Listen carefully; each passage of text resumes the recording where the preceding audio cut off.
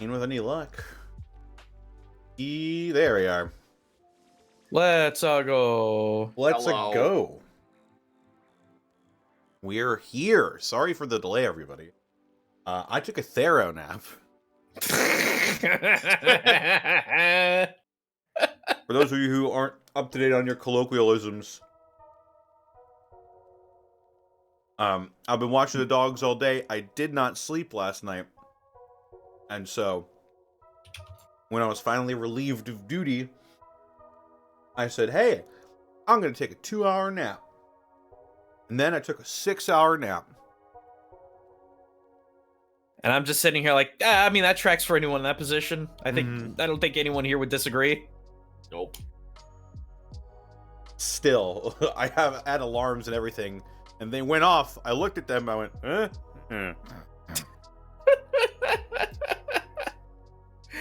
Oh, Lord have You're just a mercy. cheese and knack guy now. Don't sell yourself short, Thero. You're also the boob guy. Damn, he's right. But regardless, welcome. For those of you who aren't aware, aren't glued to the Twitter, we Monty is not feeling well after her procedure. Yeah.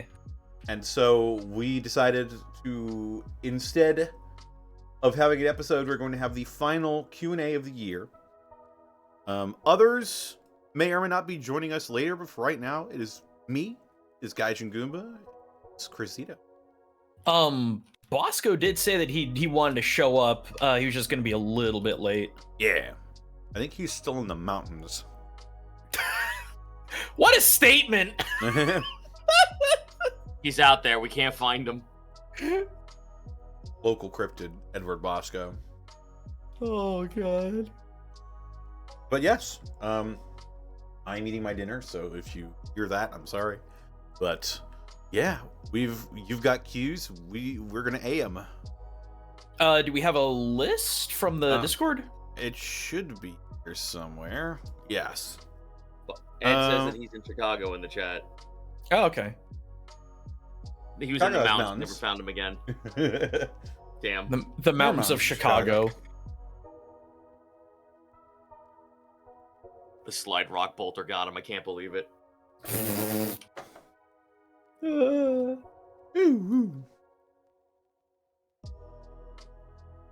Well, regardless, let's go ahead and get into some questions. We've got So, our first one from Mega Waffles AU here in the Discord. In a Thanksgiving adjacent holiday dinner, who in the party would make / bring what kinds of food? Milo would bring a plethora of pies. Pumpkin, pecan, apple, and cherry stick out in my mind. Cherry pie. Here's some Fayberry wine with a hint of cranberry. Cranberry helps you pee straight, and the other one does things. Right, now I need to find something else. I mean, you can always bring the turkey. Oh, you mean peasant food? Guys, I'm sorry. I'm insulted. Bro, I'm sorry. Turkey is such a lesser fucking meat, dude. Turkey is Oh, you can easy enjoy to- it. It is the most like bread in a can food I've ever had meat-wise at a holiday dinner. Then you've not had it correctly, because my brother-in-law will make jalapeno turkey, and that shit is juicy as fuck. Jalapeno turkey. That is Jalapeno wild turkey. sounding. And it is amazing. Shahalem Froggy's mom says, cranberry helps you pee straight and the Fayberry helps you pee gay. Thank you. That's great.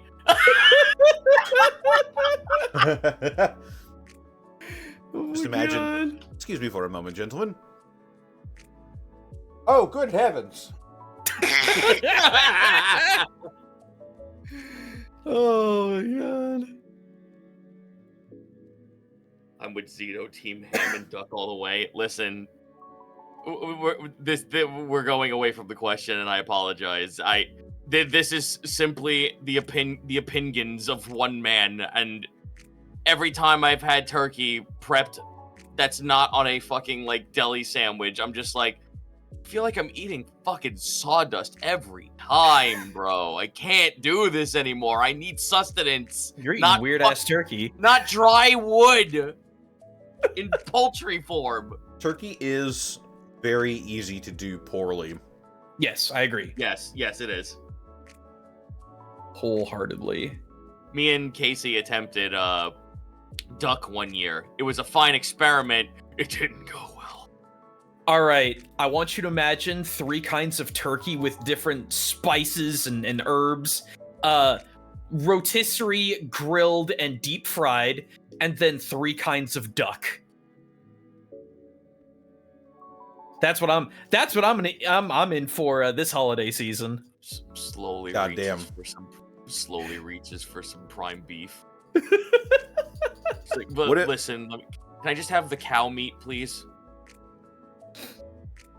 Consume the cow. Beef. What's some bougie ass Thanksgiving? Oh, If Otho's not doing the wine. okay. I got beef Wellington. That's a good one. Ooh, yeah. I've actually made beef Wellington before. It fucking whips ass. That is decadent. I don't know if you would agree with me, Connor, but bacon wrapped green beans. Bacon wrapped green beans? Bacon wrapped green beans. This is my in-laws' food, and it's fucking amazing. Never heard of such a thing. I can concede to this notion if only they were on skewers.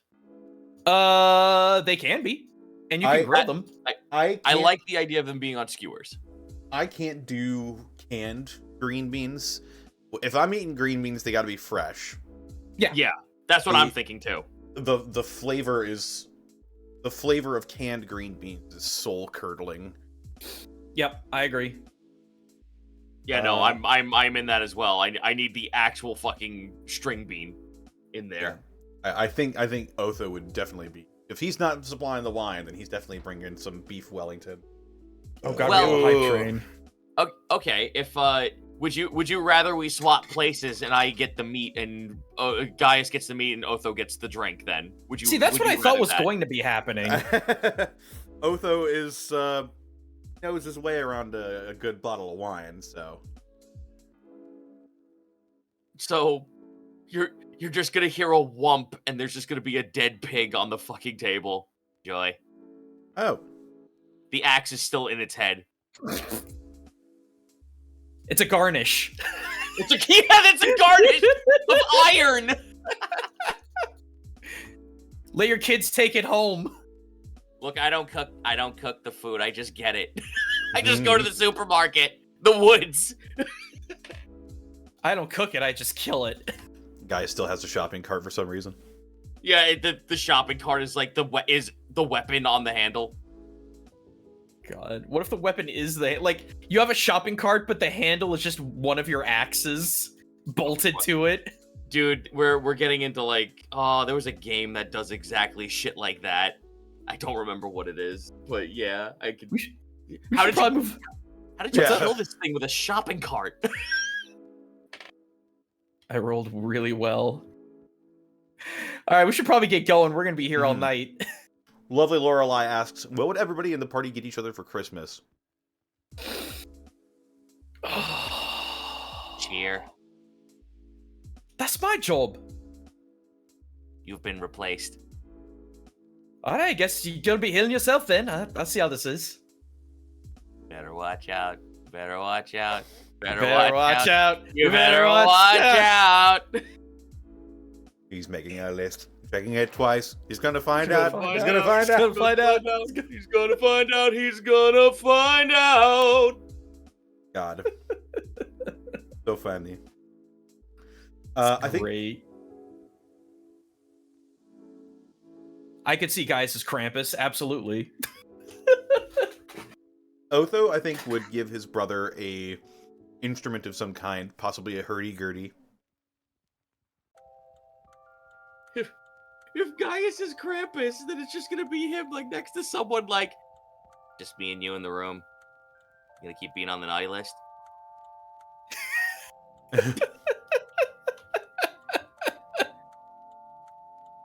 You know. You gonna keep fighting?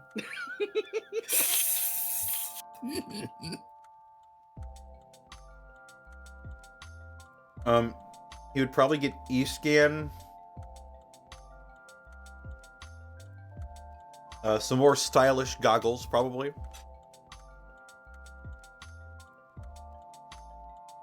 All right. God, I don't know what Milo would get. You know what? Oh, hang on a minute. I'm trying to think. Because the thing is that Milo isn't really preachy, so all of the stereotypical cleric stuff kind of goes out the window.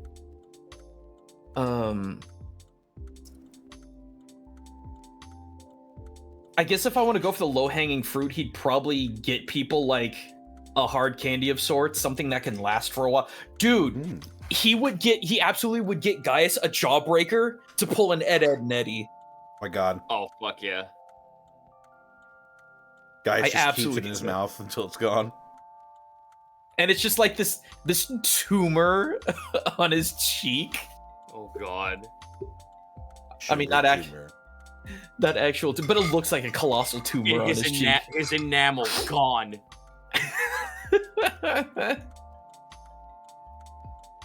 Gaius just looks down at Milo, hands him a hand crossbow. Go, do crime. He looks up with like, it's that closed smile, but the lips curl up really, really high with the wide eyes as he takes it in one hand. He had a crossbow at one point, and then I'm like, I'm never gonna use this. I gotta conceive. I gotta double check what I forgot what I have ranged weapon-wise. Oh no, that's right. I have the hand axe, which I gotta be honest with you. If I'm gonna hold on to the hand axe as my ranged weapon, I gotta pull a Kratos and have it have sending on it, or return, whichever the ability is. Right. Yeah, returning. Yeah, I gotta make the hand axe returning in order for me to keep this going. I mean, you could be like E-Scan and just get a boomerang, just put a blade on the end of it, or blade in one of the corners, or... Yeah, but it's a hand axe, though. That's fair. Have you seen me play half sword? It's a hand axe.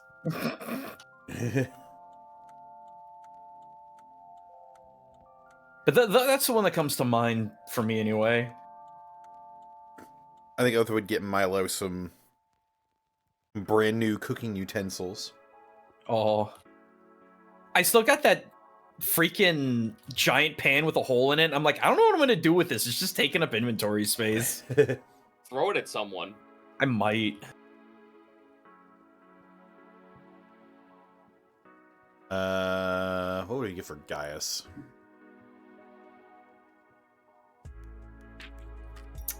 What do you get a guy who's been living in the fucking woods all of his life? Give him another axe. I mean, you know, we to put in perspective, my wife, for example, has multiple kinds of scissors for multiple kinds of things. Would you mix your murder axe with your cooking axe? I don't know. I wouldn't. With my cooking axe? Yes, your cooking axe. Bold of you to assume Gaius knows how to do that. No, it's your clean axe they use to chop up meat and stuff.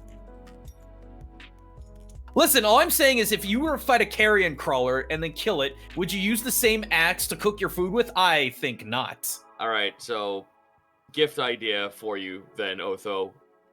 Gaius' tax axe. Tax axe? Tax axe! Yes, the tax axe. Just give it to him when he has to do taxes. He's gonna file his W-2s with his new tax axe.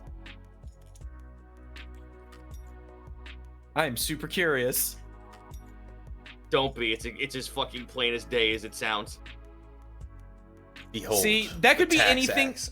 That could be anything from chopping up your paperwork to threatening the IRS equivalent of where we are.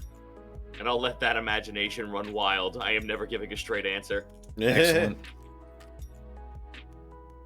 I think to round this off, Otho would absolutely Gaius like a holster, like a very fancy holster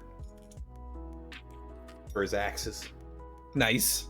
Okay, yeah, Gaius will accept this and then cry because he doesn't know what to give you guys.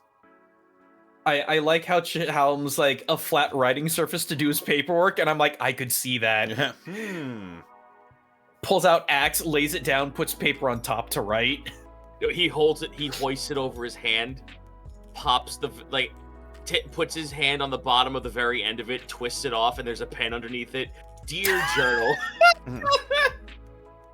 You unscrew the axe head, and it's like a pin. It's just a giant, like, calligraphy pen. Dude, can it be a Sharpie? Because that would be so... Oh, that'd be even worse. That's now that's fucked up. Now come on. No, come on. No, it needs to be a fine 0.5 micron head, but it's grafted to be the size of the axe's handle. Oh, God. All right, let's move on. Yeah. Our next question is from King Kiwi. What would each party member's favorite IRL or in-universe holiday be? Probably for Milo, it'd probably be the various solstices. Not really a holiday, but it is an event.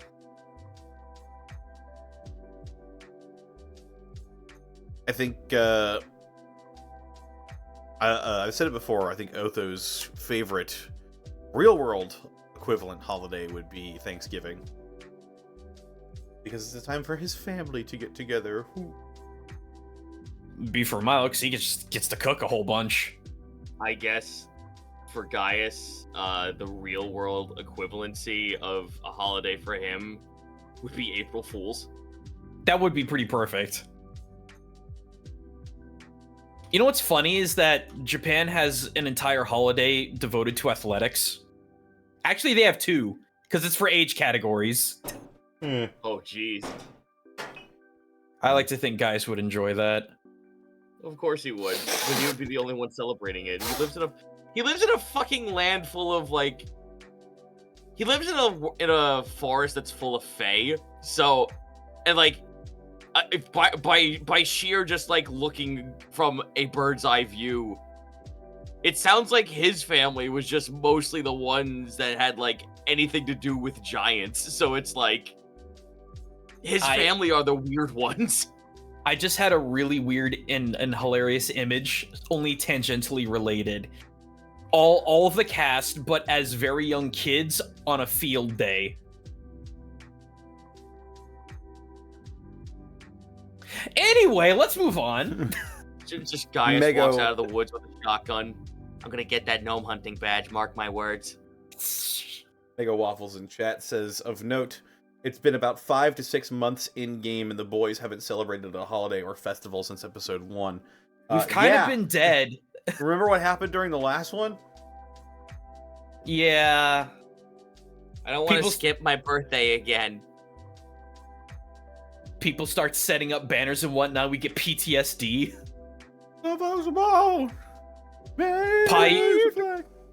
Pies start showing up. Fucking someone pops like the party favor. It ain't me! Put the knife down.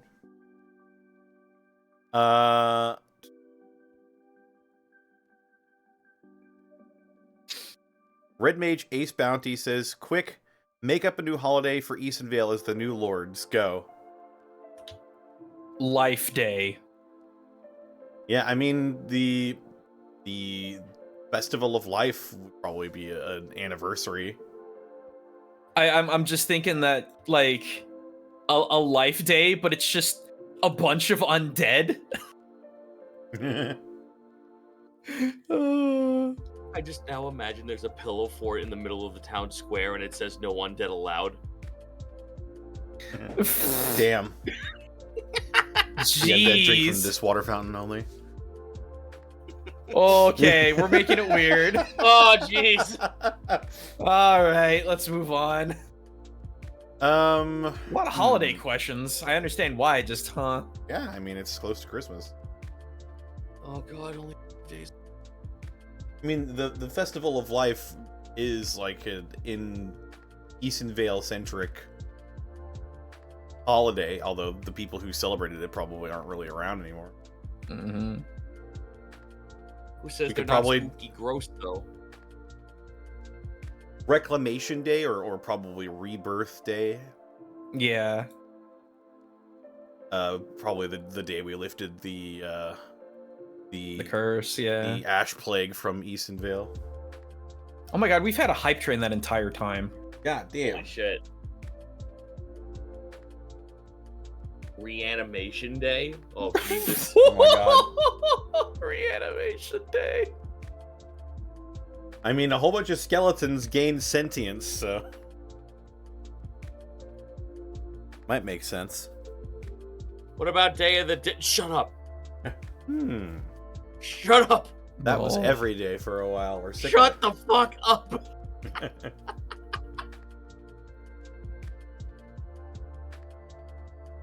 Well, what else we got? We've got from Pink. What would be each character's favorite part of setting up / decorating a festive tree? The popcorn chains and the gingerbread men. Chopping down the tree. Having to stop Iscan from chopping it. Not Iscan, oh my god, my brain. Oh my god. Stopping Gaius from cutting it down again. It's just... It's that fucking scene from SpongeBob. La la la la la la la la la la. Just constantly chopping. No, it's down. It's down. La la la. Putting up the tinsel. I can get that. Funny shiny string. Otha just puts up the tinsel and his eyes go wide. He starts bapping at it. I'm thinking that Iscan would be in charge of putting the lights and the star on the top. Very appropriate. I know I'm going for the low-hanging fruit. I don't care. Wark would be the star. Oh my god. Oh my star god. on the tree. Amazing. Kai would cast dancing lights on it. Yep.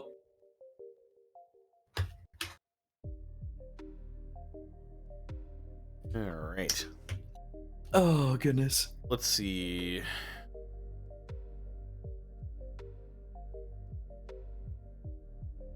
Your Conscience asks, question for everyone as your table is virtual.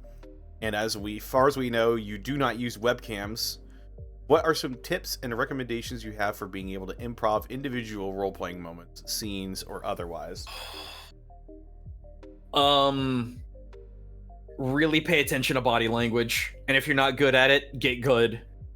Because the one thing that we always trip up on, and we have been for the last 6 years, is that since we don't see each other, we constantly talk over each other. Yeah, it's been a prevalent problem for the entirety of the Unexpectables. But we just kind of make it work at this point. Yeah. I think for the most part, sometimes when we want to have like a role-playing moment or a scene, we'll talk to each other about it beforehand. Yep. Just to get like a sort of a loose idea of what we want to do during the scene. We'll also periodically just straight up mute ourselves so we don't accidentally talk when we shouldn't. I do that. I don't know if anyone else does, but... Mm-hmm.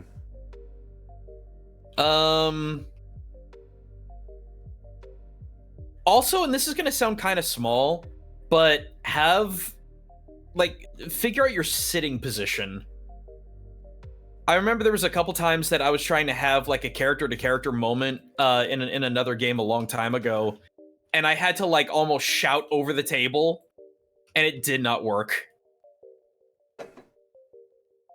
It's a small thing, but it does go a long way. What are you doing here? What? You joke. I'm not.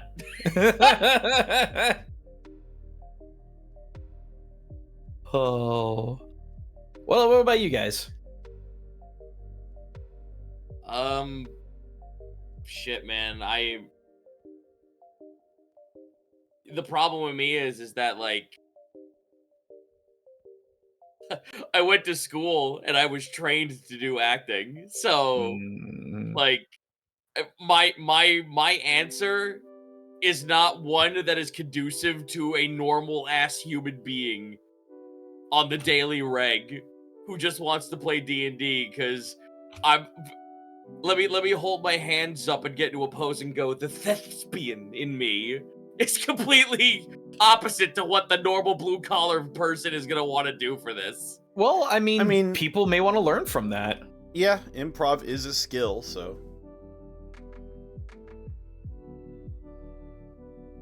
So I mean, shit. Go ahead. I'm sorry. You give your answer. No, I was gonna say that's a perfectly solid answer. Yeah. Well, I gave more of an excuse than I did an answer. I'm gonna. Well, then give your thespian highbrow answer. I can't. Don't give it a lisp. Shut up. You did it first. I know I did. It's my shtick. I'll kill you. And there you go, chat. Read the room. Mm-hmm. That whole shit we just did, improv. I didn't give you an answer, but I sure as hell entertained you. Christ, I hope I entertained you. I'll have to remind you, Zito, I too went to school for theater for a while. Hell yeah. Did you know I went to school for dance? I think you told me that one time. I used chat. Big lore dump for Chris Zito on the Unexpectables. I used to know how to tap dance. Let's go! Incredible.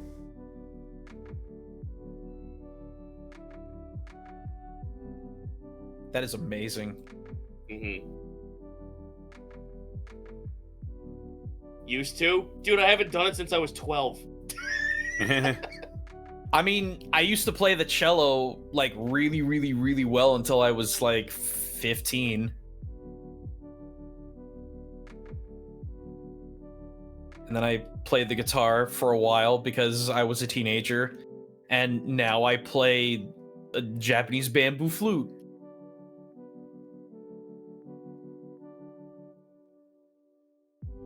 Connor, suggestions? Connor?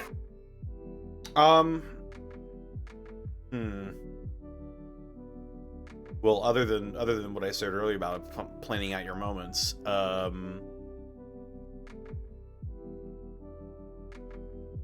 honestly, I just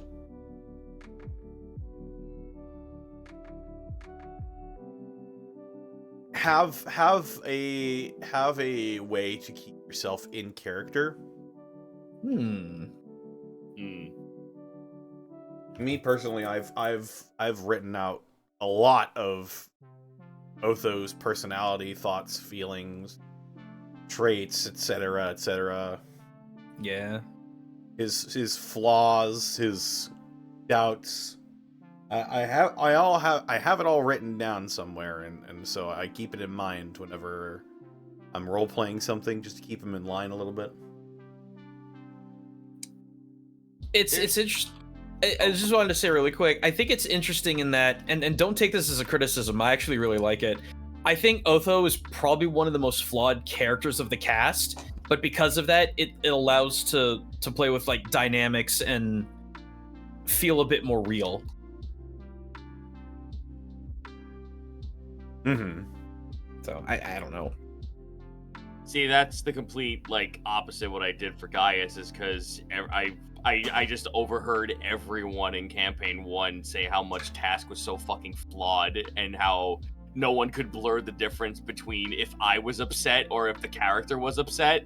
So I literally created Gaius as the means to be like, nah, you know what? Fuck it. I'm just gonna be the comedy relief at this point. There's nuance to him, yeah, sure. But a lot of what I did to create Gaius, like, it's never, like, I guess in an improv sense, to keep myself busy is, I don't know if this is gonna sound psychotic or whatnot, but has anyone here ever had shower acting sessions? Yeah, I talk to myself in the shower all the time. Yep, exactly. Okay, good. So I'm not fucking crazy. All right, no, so not at all. Like, shit like that. I've drawn shit posts of Gaius on the reg. I did a piece of Gaius where it was him in his giant form, and then it's just a hole in the wall, and then when you look at him, he's actually shorter. Like, I've done shit like that, And for me, my creative outlet to at least keep to the character was drawing. And I know not everyone can do this, but it was at least something, even if it was small and or minor and meant nothing to the actual character itself, keeps you in check of how you should play. Mm-hmm. One of the things that helps too is to really challenge yourself. I know just as many people hated Greckles as much as Task, but the reason why is because like I don't know about you, Zito, but I wanted to make an extremely flawed character, and I wanted to make a character that was outside my wheelhouse. Milo is my most in wheelhouse character that I've ever made. And he's not hard for me to perform because there's more of him, or there's more of me in him as an actual human being that you don't get to see outside of the internet. Where Greckles was very like not me at all, with the exception of where I pull a lot of flaws from. The flaws of Greckles were very similar to my own, but I wanted to challenge myself despite the fact that it was so different. Because you'll be really tempted to either play a really basic character that doesn't have much character, ironically, or you'll be tempted to put too much of your own self in your character. You wanna know how much character there, quote unquote, there is in Gaius when I first made him? I just said, what if a fucking FGC kid was in D&D world? Fair. That was it. I was just like, I'm going to be the guy who's going to say out-of-pocket fighting game bullshit, and maybe one out of possibly two people in the entire audience is going to get any of my jokes. This one's for you, those guys. This is all for you. And I think that means a lot to people, at least the people where they connect to. Someone in chat just said quarter circle. Forward or back? This is very important.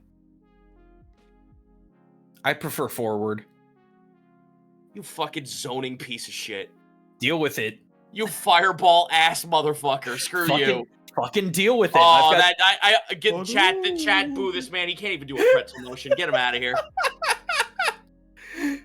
Listen, I can go down forward diagonal pretty good. Oh. Either which way. I was a new main. I don't care.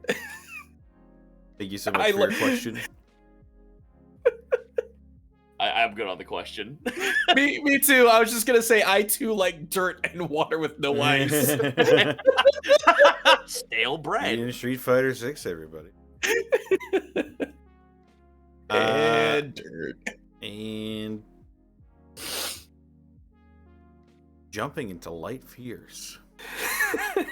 I said that in game 1, and there was like maybe one person who got my joke, and I'm like, at least there's one of you. At least there's one of you. I think I got it. Oh no, I'm not saying you guys. I know we're all fucking freak shows here. I'm talking about the people in the audience. Yeah. Well, moving on to our next question, we've got from Toxin GX. What class would your character be if you weren't allowed to choose the class you have now, or if their backstories were slightly different? Can we do homebrew? I guess. I guess Homebrew for this allowed. hypothetical. If homebrew was allowed, it would have been The Pugilist by Benjamin Huffman. What if monk, but instead of wisdom, fuck you, it's street fighting, and you have it's based on strength. That's fair. That is 100. When I first fucking was making Gaius, I'm like, God fucking damn it! I wish homebrew was allowed. Punch. Oh, you got it. Otho's backstory was slightly different.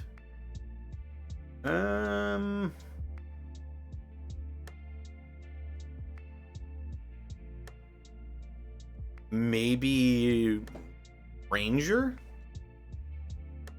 I could see that. Yeah.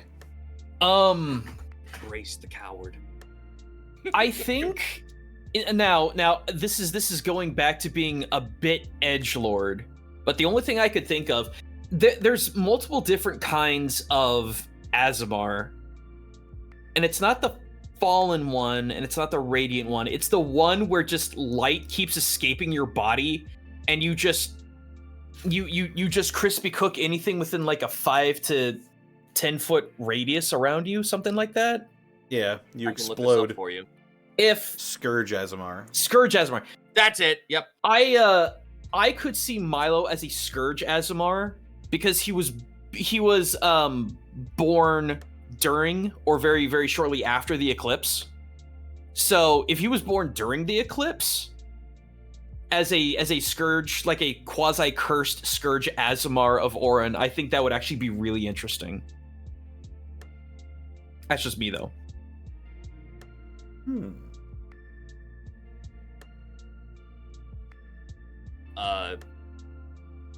If I was to have a backstory change for Gaius, I would have made him a pirate.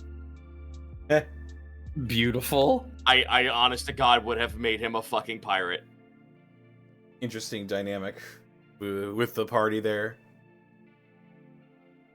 Kai would be even more in love with Gaius, and Otho would probably despise him. Would hate him is so fucking hard. Swashbuckler? Well, you say that. He wasn't all like. He wasn't. I had two characters for this. One was a shifter, swashbuckling rogue called Gossamer Laron, who was basically a werewolf, or Gaius, which was the backup. Because I was like, I have this other character idea, but I know you don't like homebrew. And then she said, I really like and then everyone was like, I think we're gonna tend towards liking Gaius a little bit more. I guess because of the design I made. Because I had the visuals and I didn't like have like much of the story, and I'm like, well, fuck it, I could just play a fighter and just spout fighting game quotes. That was it.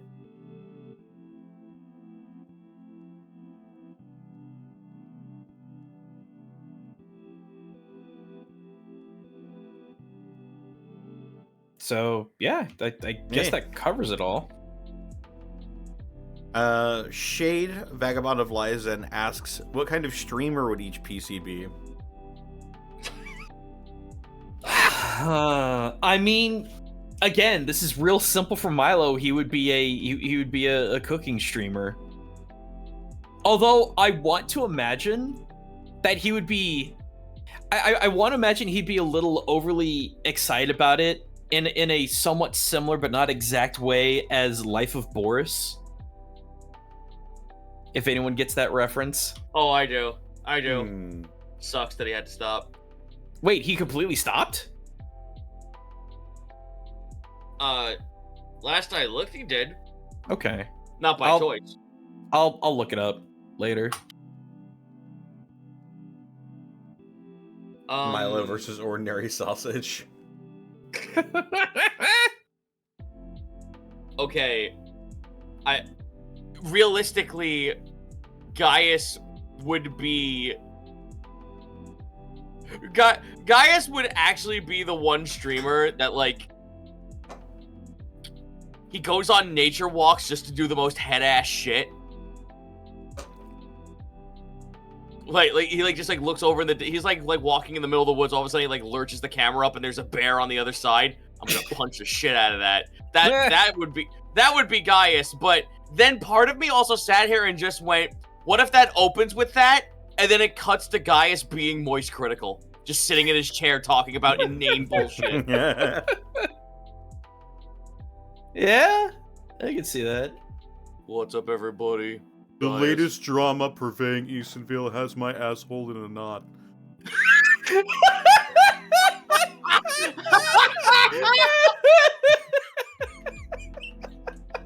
No, he does Germa skits? No! Gaius is the guy who makes green screen effects. Ooh. Gaius is 100% a green screen template jerk-off, like, shit poster. Oh my god.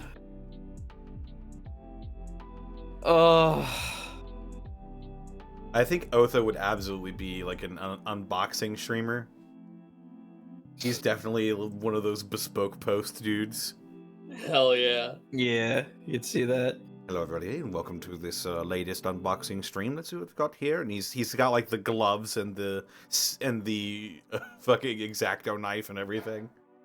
Who would he be sponsored by? World of Tanks.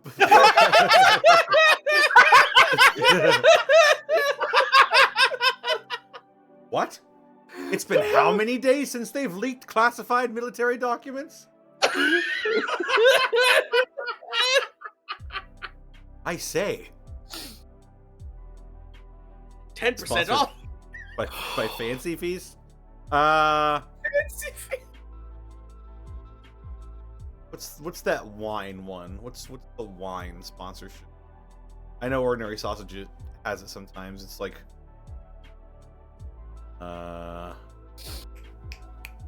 what's it fucking called? Wine Crate?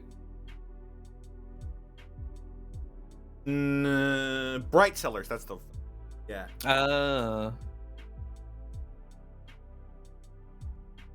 Yeah, absolutely sponsored by Bright Cellars.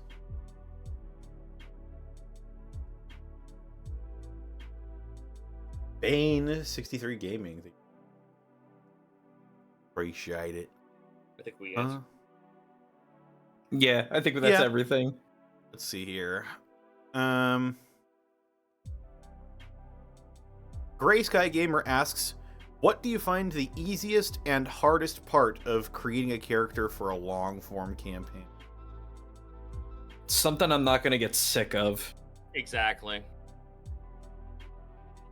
That is really hard to do. Like I don't want to end up doing that thing where it's that comic where someone makes Chuckle Fucks the clown, and then like 30 sessions in, it's like this deep overall backstory, and the guy's like going through like 10 different episodes of a fucking like drama show, and it's all heartfelt and super poetic, but he's still dressed up like a fucking clown.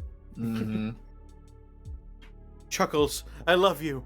No. Chuckles, you didn't tell me you were a clown? I'm just getting Rocco's Modern Life flashbacks, don't mind me. Calculon, I didn't know you were Egyptian! Metric? My process for if the campaign is going to be streamed or not is different.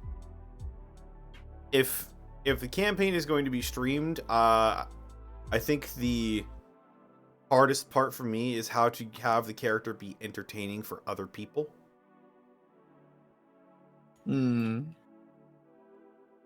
Because Otho is not exactly the most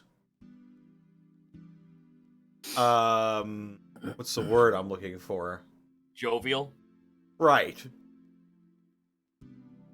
He doesn't. Don't be offended if I gave you a word that you're just like, what the fuck do you mean by that? He doesn't have a lot of potential for levity. I see. He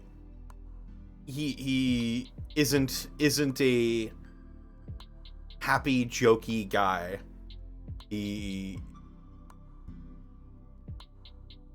I think to the average person, he would probably not be their favorite character. But I hope he's fun to watch at least. I think he's incredibly entertaining to watch. If the game is not going to be streamed, if it's going to be a private game, my priorities are a little bit different. I'm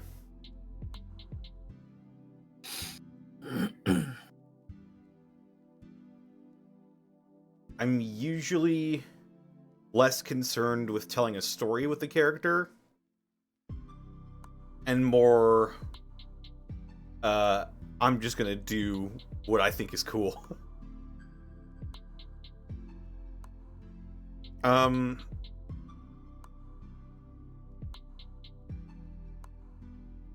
honestly, I think.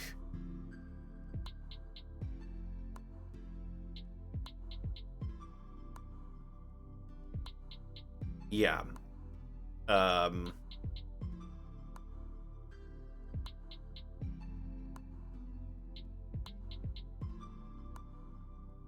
I think that checks out. Hmm.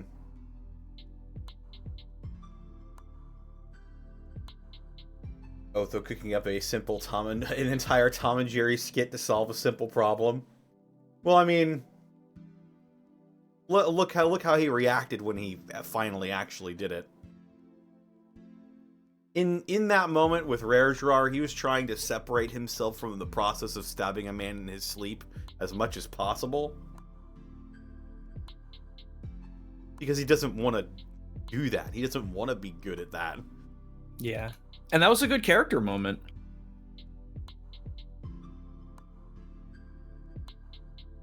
Because it gives a little bit of a window into what might happen at some point. Like, I'm not gonna lie, I'm kind of surprised nobody's calling me out for making Milo too nice. And it's like, he has flaws. They're just not being explored yet. And his flaws are real easy to figure out. Yeah, I mean, I think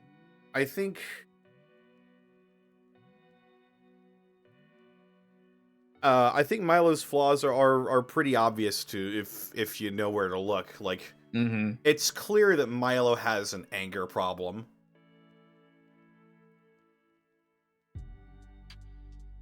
Keep going.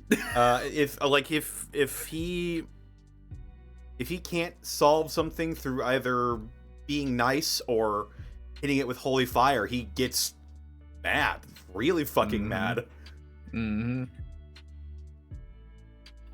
sorry, Gaijin. When he said, like, Milo has anger issues, I just heard a metaphorical cork of a wine bottle just pop. Wait, hang on. Just a nice pour, and then just Milo going, "Go on." Got you covered.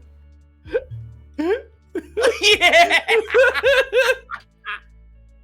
Superb. Gaius' flaws are none. Perfect. He's a perfect boy. You know, he's perfect, and he's set in his ways. He is in his lane and happy. He's also a fucking idiot.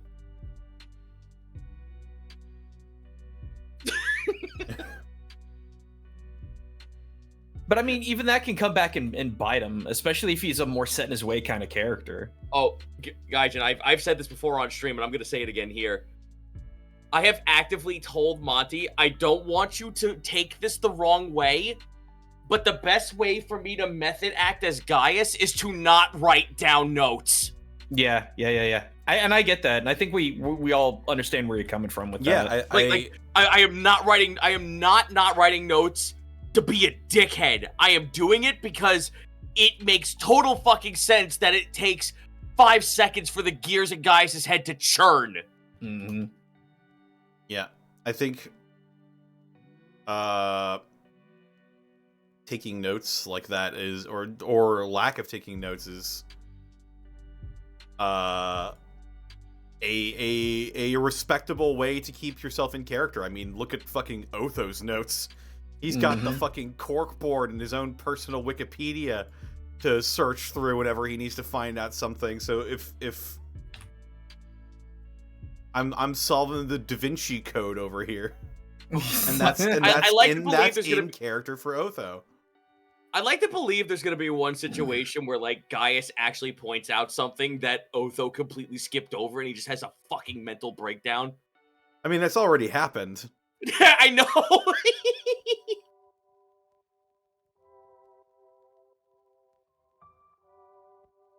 With the, what was it, the Queen's Tomb? It's the fucking Phoenix Wright, like, piecing all the points together inside their head for, like, the last game that came out.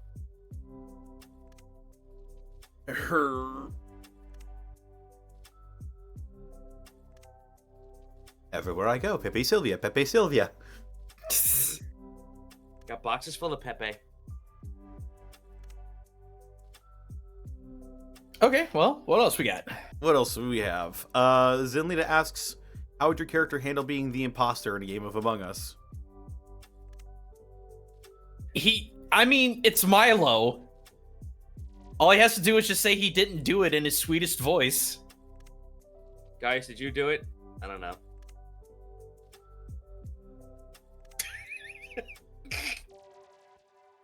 But how good of a liar is Milo? You know, I've never thought about a situation where he would need to. Not gonna lie. I would assume it really depends on the situation and how angry he is.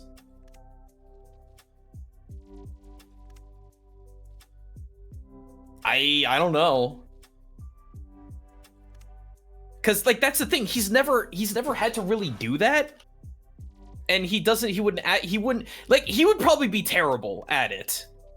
Like, cause Milo's not a conniving character. Like, he can joke around and be like, "Oh, I didn't do it," and then, but that's it. That's the one string to his bow. Like, he's not capable of high manipulation, if that makes any sense. Otho and Kai team up, and it's like Cheru and Arkall for imposters. Yeah, Kai just kills everybody, and Otho covers for him. Oh, Bosco. Oh, hey, how you doing? Greetings. Greetings and salutations, everybody. What up? Howdy. You know, answering the. Can I? Go ahead. Can I guess have to say something? Oh, win. Okay, now I've gotten that out of my system. We can continue. Amazing. Cool. Okay. Yeah.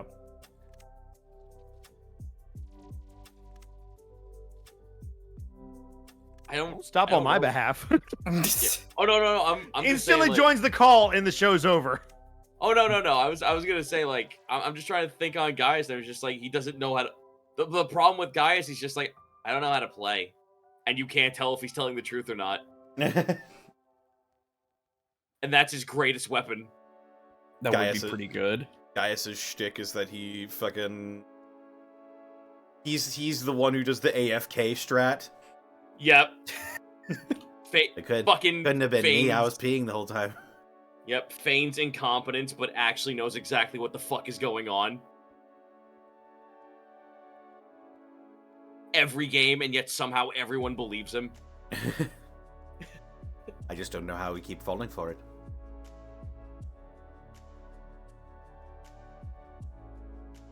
So how would Kai win in Among Us? How would Kai handle Among Us? I mean, I think he'd be like the worst liar. I feel like everybody would see through him, and he would also be the worst murderer. So he'd just be bad? I think he'd just be bad. Kai normally sucks at stuff, so that's what I'm going with. See.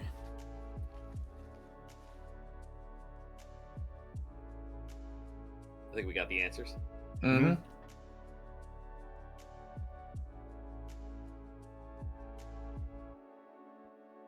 Moving on. What you got? Moving on up To the east side.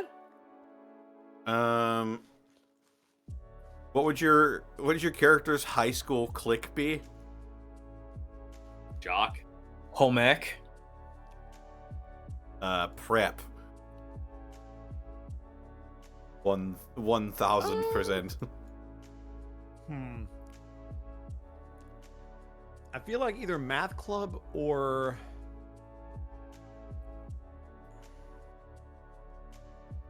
no, probably math club. Those have a more easier name, Bosco. Nerds. Yes. Thank you. Nice. There we go. Otho would absolutely be in tennis club. Absolutely. Otho's that guy on the debate team. I could see it. Is free period a class? It should be.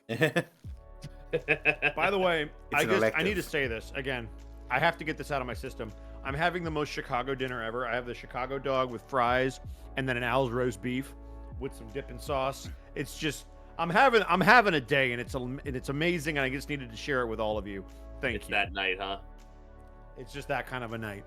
Hell yeah. It's all right. Probably tomorrow I'm probably going to have that night for myself and just be like, "You know what? Fuck it. Pepperoni pizza, extra cheese. You know what? No toppings, just everything. Gives a fuck. Let's do it." Pizza. Where's it from? Brooklyn. You know it's good. Who gives a fuck? Pizza. Pizza. Was the pizza in one of the boroughs? It's good. Yeah, was it in the tri-state area? Then it was good. Good. Yeah, you're good. Yep.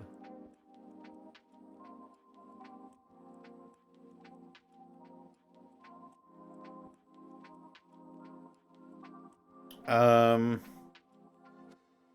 think we got that one taken care of. Mm-hmm. Yep.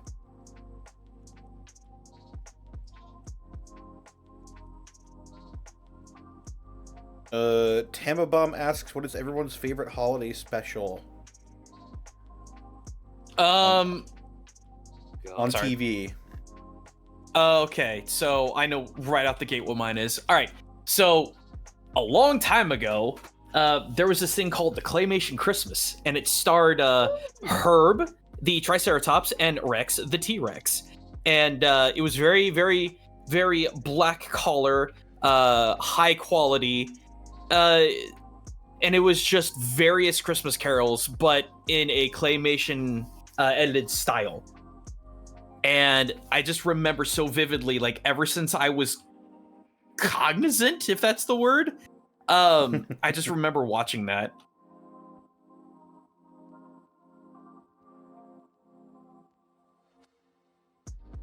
Now, is this our favorite or our character's favorite?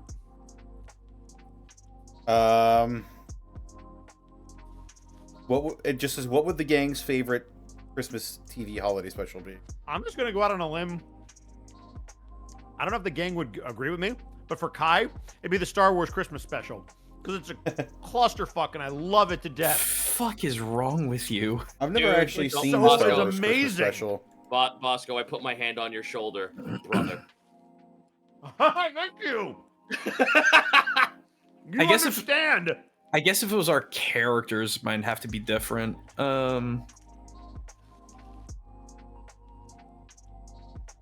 I don't know what specifically, but I know it'd be Rankin Bass. Okay. I just wouldn't know specifically what. Life Day. If it had to be Gaius, I don't know. I'm trying to I haven't watched a Christmas anything in so long that I just fucking blanked them out of my head. That I'm trying to now actually rummage through my brain palace to think of a fucking Muppets Christmas Carol. That's a good one. I was gonna say I was thinking either Muppets or the Peanuts.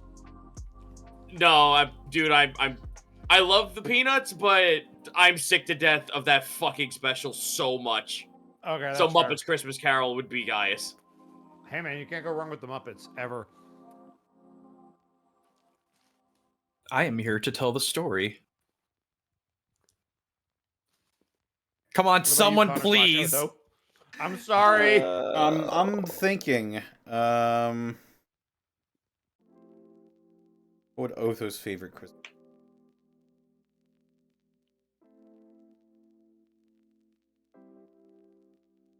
Thank you, chat. I hate this poll, by the way. I hate it so much.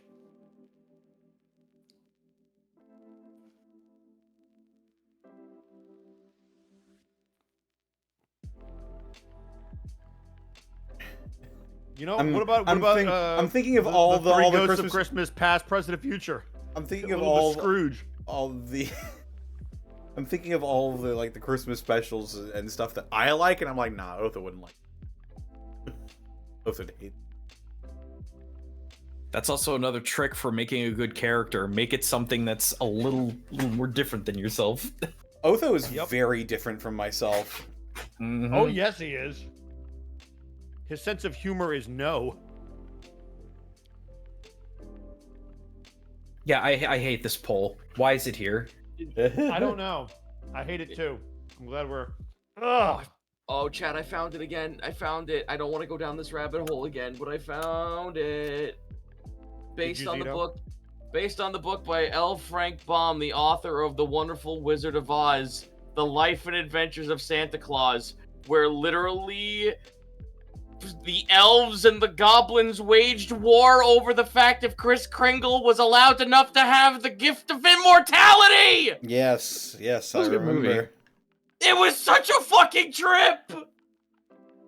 I will say, as somebody, I don't know if it's considered a Christmas special, but as somebody who just watched Home Alone 2 like the last week, pretty damn good movie. Yeah. I could see Kai really liking that because it's weird to see somebody actually loved by their parents. Damn. Got him. You didn't know where that was going, huh? That wasn't a fever dream, chat. I'm gonna throw the gift to chat. I'm gonna use my mod powers to give you the fucking cover of the movie. There's two kinds of that story too in movie form. There's a claymation version and there's a traditionally animated 2D version. Yeah, and the 2D animated one is the one that has the fucking goblin and elf war. And apparently Santa's biological mother was a lion? What the Was she? I thought the movie's fucking weird. I thought she just raised him. Yeah, she just raised him, but then like the elves take him away. It's just like, yeah, we don't think a fucking lion's fit to raise a human being. Now you know. That looks amazingly bad. Bro, if I had to watch this filth, so must you. How dare you? I love that movie. I've got it. Mm-hmm. Otho's favorite Christmas special is Die Hard. Nice. Many in the chat will agree with Criminals getting fucking executed? Hell yeah. Dude, that's not a Christmas special. That's just porn for Otho. Fuck yeah. The Schadenfreude is real. Why don't you go ponder your orbs to Die Hard? You fucking masochist. Step on that glass. Jesus.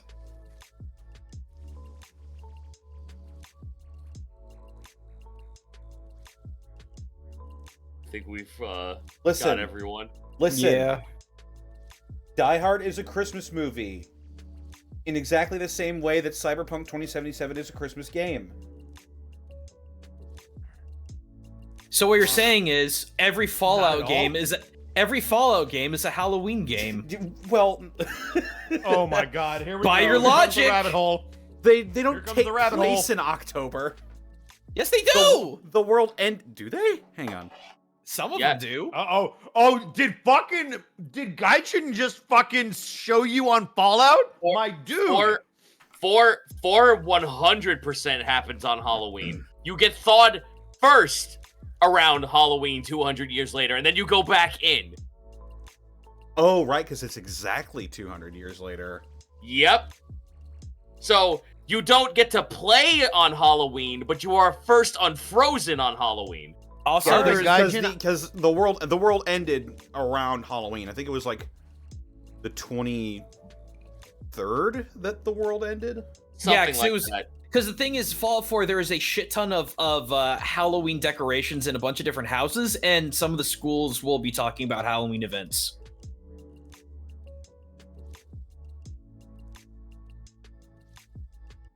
So there, Fallout 4 is a Halloween game. Fight There me. you go. You go back to the. You know what?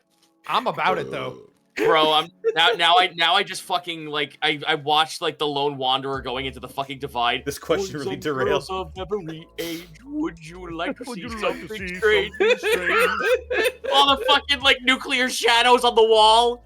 Oh god! That movie is fucking amazing. Oh. We've got a question from King Kiwi.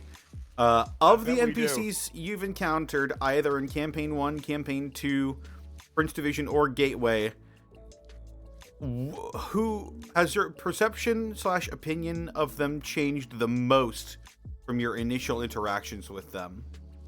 That's a really good question. Like in character or person? I guess either. I think.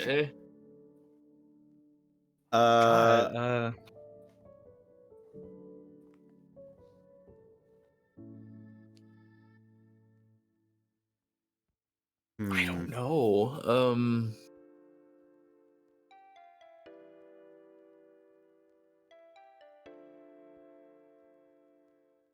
I will say,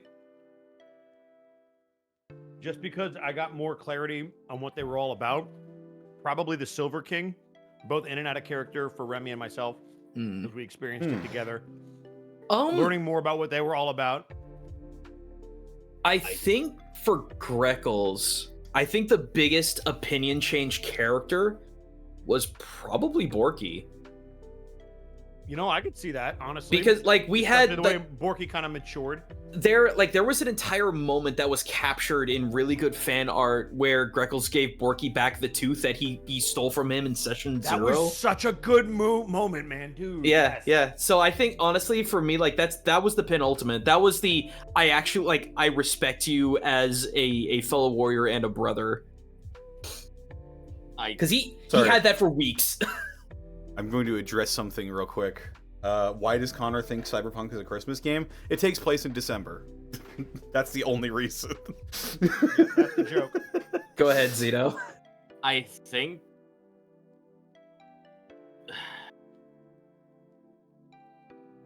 I think for Task, it was Doros after the first meeting. Okay. Because, for Task, it was just that, like, alright, this dude is obviously some kind of, like, paladin, because he just got he cleansed a curse out of me, and he's not really saying anything, so... Think of it this way. The Stonewall character looked at the other Stonewall character and went, this guy has no personality. So cue the next time they meet and their relationship going forward, Task could not have been any more wrong. And I'm very happy that that was the case, even for him in character.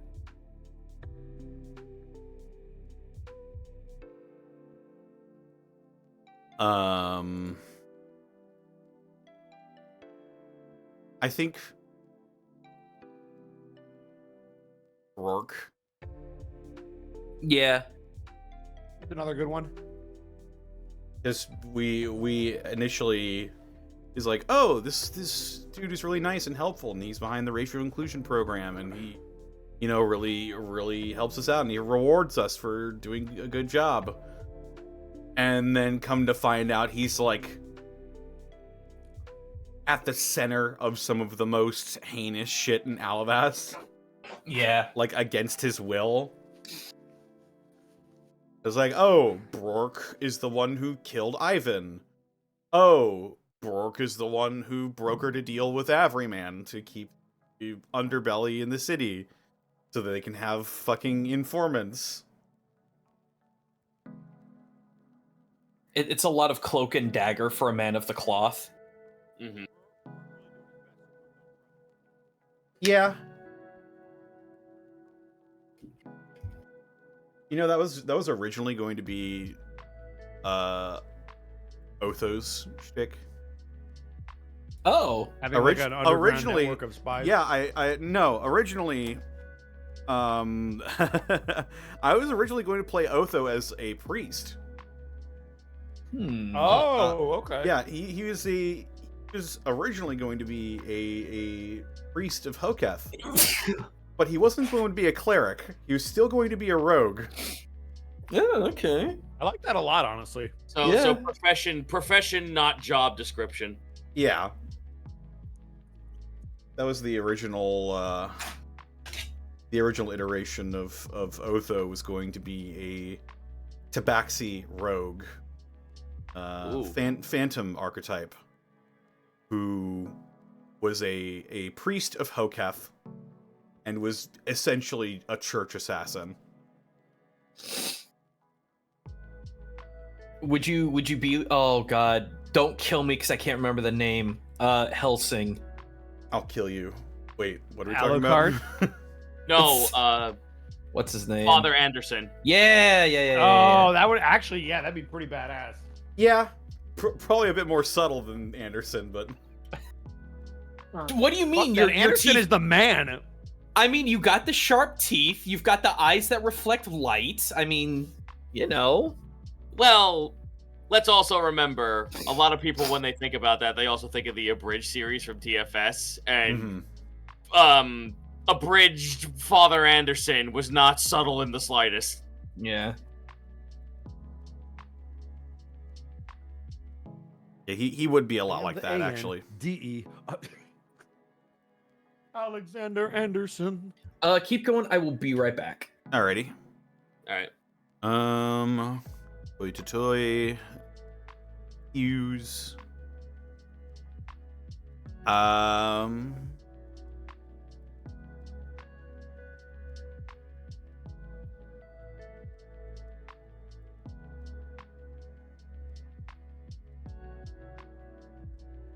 Like someone in chat. I'm sorry. Just real quick.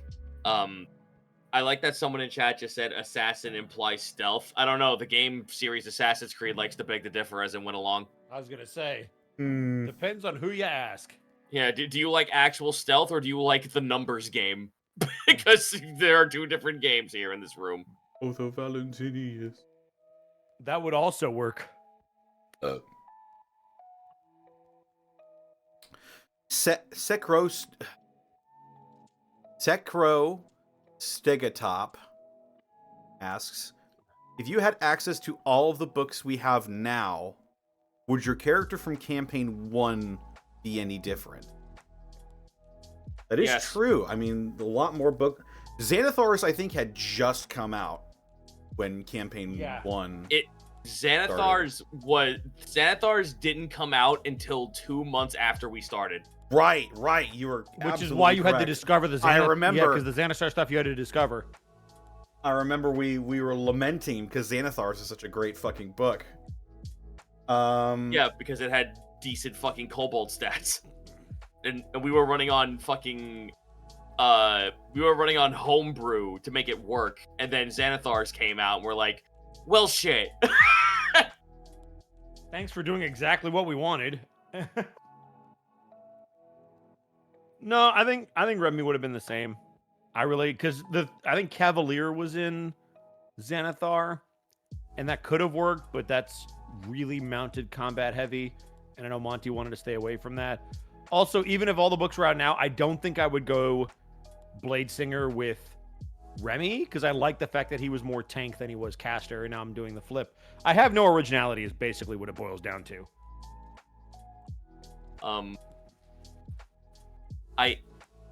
There was one thing that Monty told us when she was telling us what was and what wasn't allowed for Campaign 2. And I think after we were all done with it, I said, one of my biggest dumb shit ideas, I would have made the character a Plasmoid, and I'm like, there's no way in God's green earth you would ever possibly consider that. And Monty responded with, I don't know, maybe. And I'm like, what the fuck do you mean? So Task would have been a Plasmoid. Interesting. I want to play a slime man. That sounds fun. You just want to be a blob of slime, yeah. That just sounds so stupid and goofy, and I would have loved that total shift.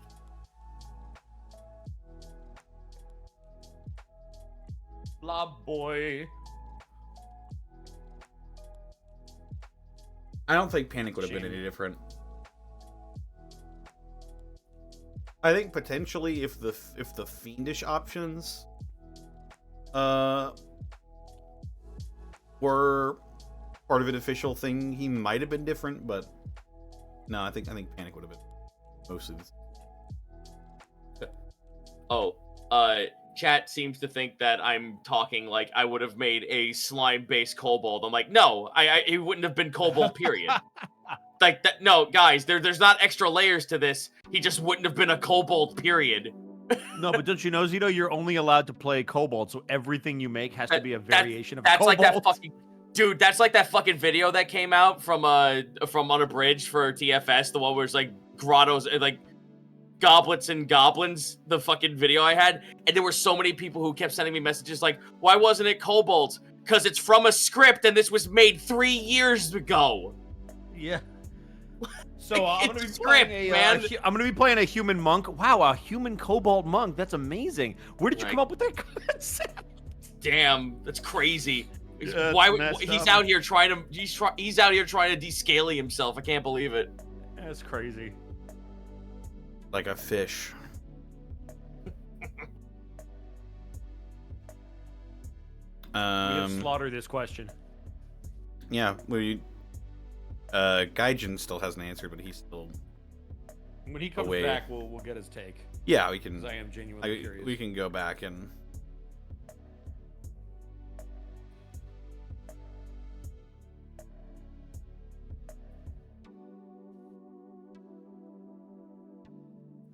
Make it a good question this time. Roger that. From Zenlita. Yeah. Were there this is not that's a bad start. Were there any reactions to your characters, past, present, that you genuinely did not expect? Is this a campaign? All right, I'll admit this is a creative and new one. I will give credit where credit is due, reluctantly. Reaction to the character itself, or something the character did that we weren't expecting? I assume any and all of the above. I have one that's. Go ahead. I was just going to clarify. Being happy. Task actually getting a happy ending. I hear those are rare. I honest to God, I thought he was gonna go the way of like someone like Kratos. No, but hey, I will argue Kratos has had an amazing. Okay, before Dad of Boy. Okay.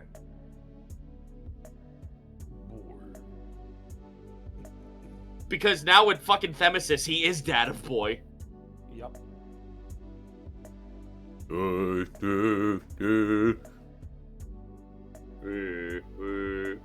Just fucking Task sitting in a throne. Welcome back, guys. This is not an excuse to put God of War spoilers in chat, by the way. Yeah, please don't. I actually have seen them, and if I see them, I'll fucking ban you. Someone has already spoiled the ending of the DLC for me. So what? Yep. I know nothing. I will bear the cursed knowledge, and if I see anyone say it in chat, I'm gonna fucking snipe you.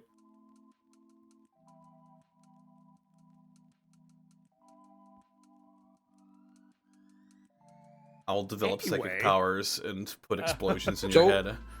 So what I miss? A question that you need to answer. Okay. Well, there's two questions.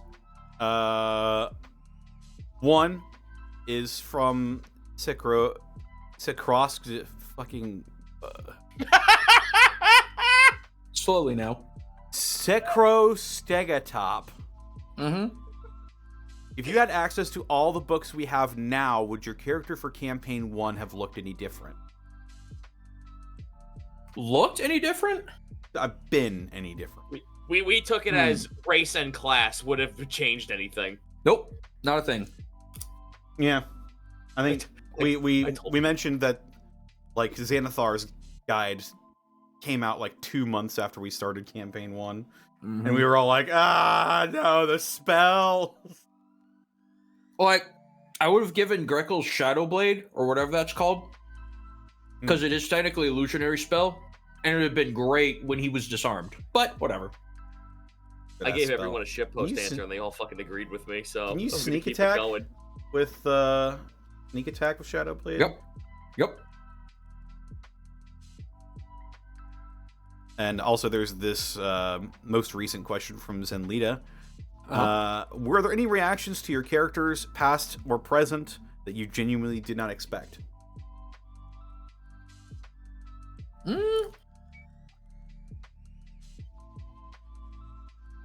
Not really. and I don't say that to sound pompous, but because Greckles was such a emo asshole, everybody responded the exact way I thought he would. And Milo was such a 180 from that. Everyone reacted the way I expected them to. Like the two characters are two very big extremes. So yeah.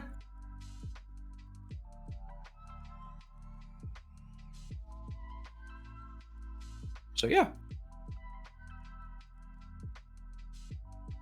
I think one aspect of Otho that surprised me a little bit is that some people take his disdain for criminals as a negative trait. Yeah, how dare you break the law?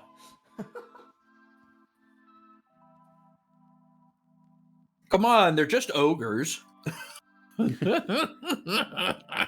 Yeah, they're not even really people.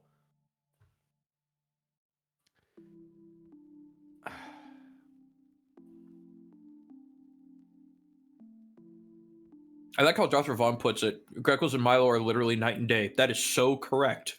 Mm. Well, yeah, because one was in the shadows and the other one is the bringer of light.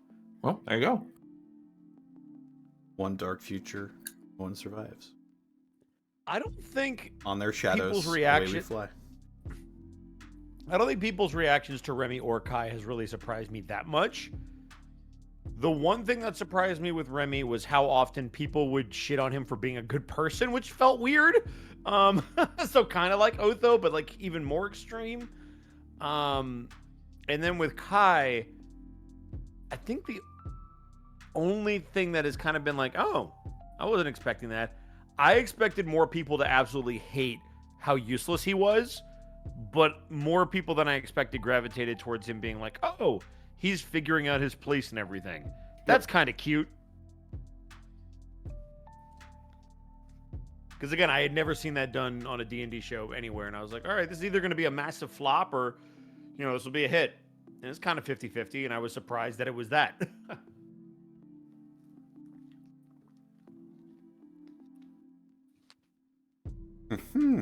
Either way, I had a blast doing it. Yeah. Still am. I'm embracing the suck of low level. To be fair, we're not that low anymore. Yeah, we're about to hit a power spike. We're about to reach a tier. I can't wait to cast Fireball. What is my tier again? Hold on.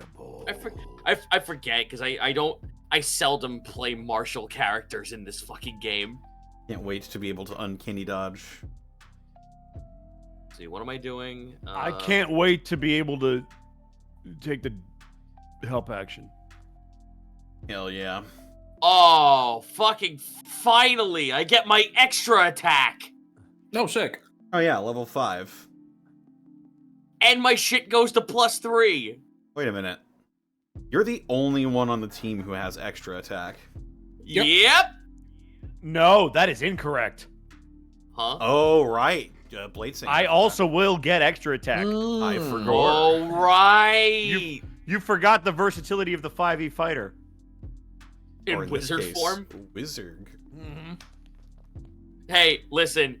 To be fair, Bosco, I have never played a DPS wizard. I've always played shifty, fuck you, here comes the sly spell at you. I've never played a wizard before, so we're going to figure this out together, my man. Oh, hell yeah. That reminds me, just above game. When we get to like 4th or 5th level spells, I just get Scry as a clerical spell. So if y'all don't need that crystal ball, wink wink. Nudge nudge. No, yeah. As long as we have the crystal ball in the party, I assume we can use it as a spell component for anything. Yes. Giggity goo. The thing is for like Bosco, you will never ever have to take that because I will just always have it. I mean, the only reason I would need to is if we need to do multiple things at once. Exactly. Rogues do not get extra attack. I forgot that, right. As a fighter, I just get ASI out the asshole. Yeah. I just get Fighters ASI are- every other fucking level.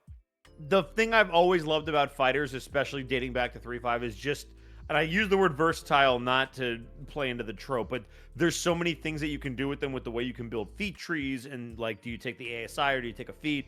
How do you like plan them all out? What level do you take them at? There's a lot you can do to make a fighter feel special, even if they're the same kind of fighter.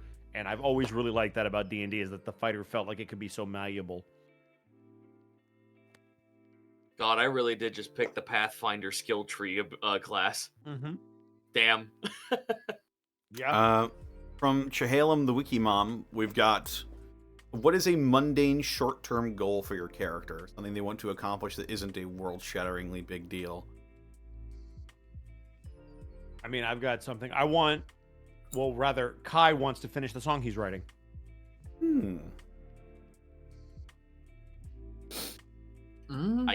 I guess it's fucking complete the book, but that seems like such a fucking... That's not mundane. That feels like until he dies and he can't write in the book anymore. So, I guess the like stars in his eyes, like the stars in his eyes, like it's never gonna happen, or it's goofy and like it probably could happen, but it's a boyhood dream scenario. Gladiator. And when I mean Gladiator, I mean WrestleMania. Like that's Gaius to a T. It's two things for Milo. One of which is he wants to learn a unique cooking style for every region, but that's kind of a no kidding kind of situation. But Milo is slowly becoming the light cleric that wants to be a life cleric. If you couldn't tell. Yeah, I don't want to burn. I couldn't. By the way, he explodes people. See, that's a stereotype. Yeah, I know. Stereotype. I'm well aware. You've got the highest kill count of the party, and it's not even close. Well, damage output. I want to save people from themselves. Well, no, because that's the thing. I don't know if anyone's actually noticed this, but Milo's been holding back in a lot of recent fights. Like, a lot. Dude, me too. Yeah, but is it because you choose to, or is it a character flaw? So we don't really have to get into the specifics of it. So maybe if we... No, I have noticed that. I have noticed that you have not been nuking everything that walks God's green earth. Why am I the only one doing it? Because you're real good at it. that's kind of your thing. Is you fuck and then the shit moment up. you guys come in and start nuking everything, it'll just be guys sitting there like, oh man. Dude, you have to understand, for the first back half of this campaign, I did not attack anything, and you guys still wreck shit.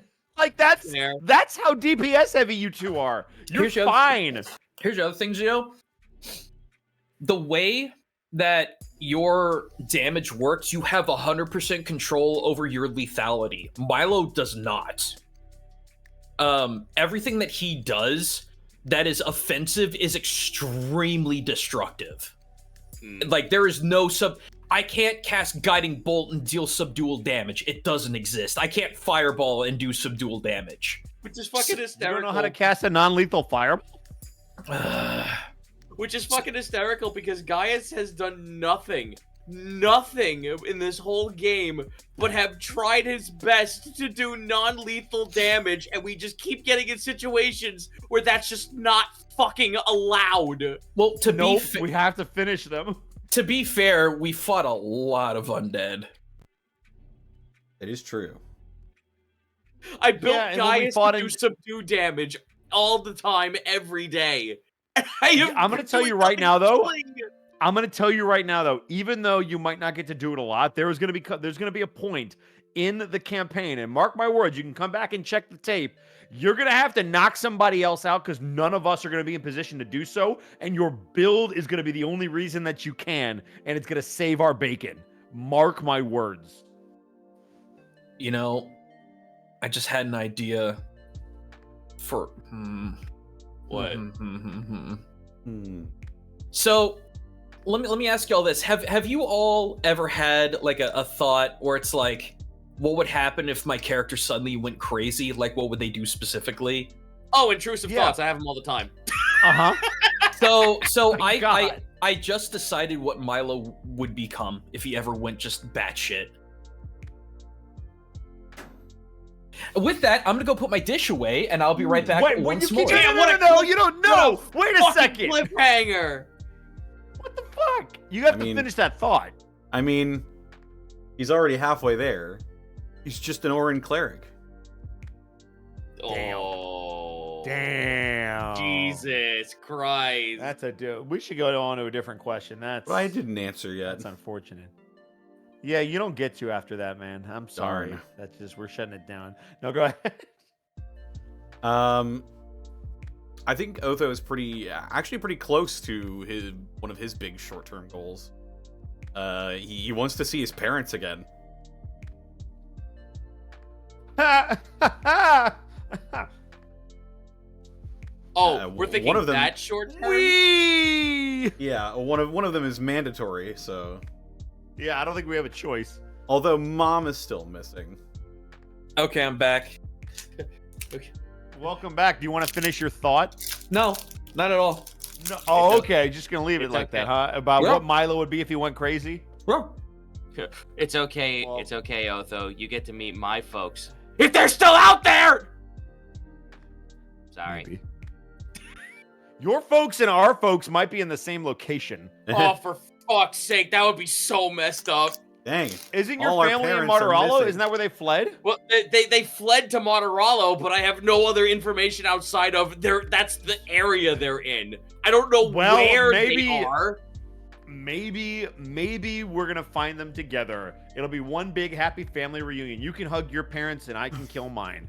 Well, the problem is that Gaius has a very extensive family, so it's gonna be, fuck, is everyone here?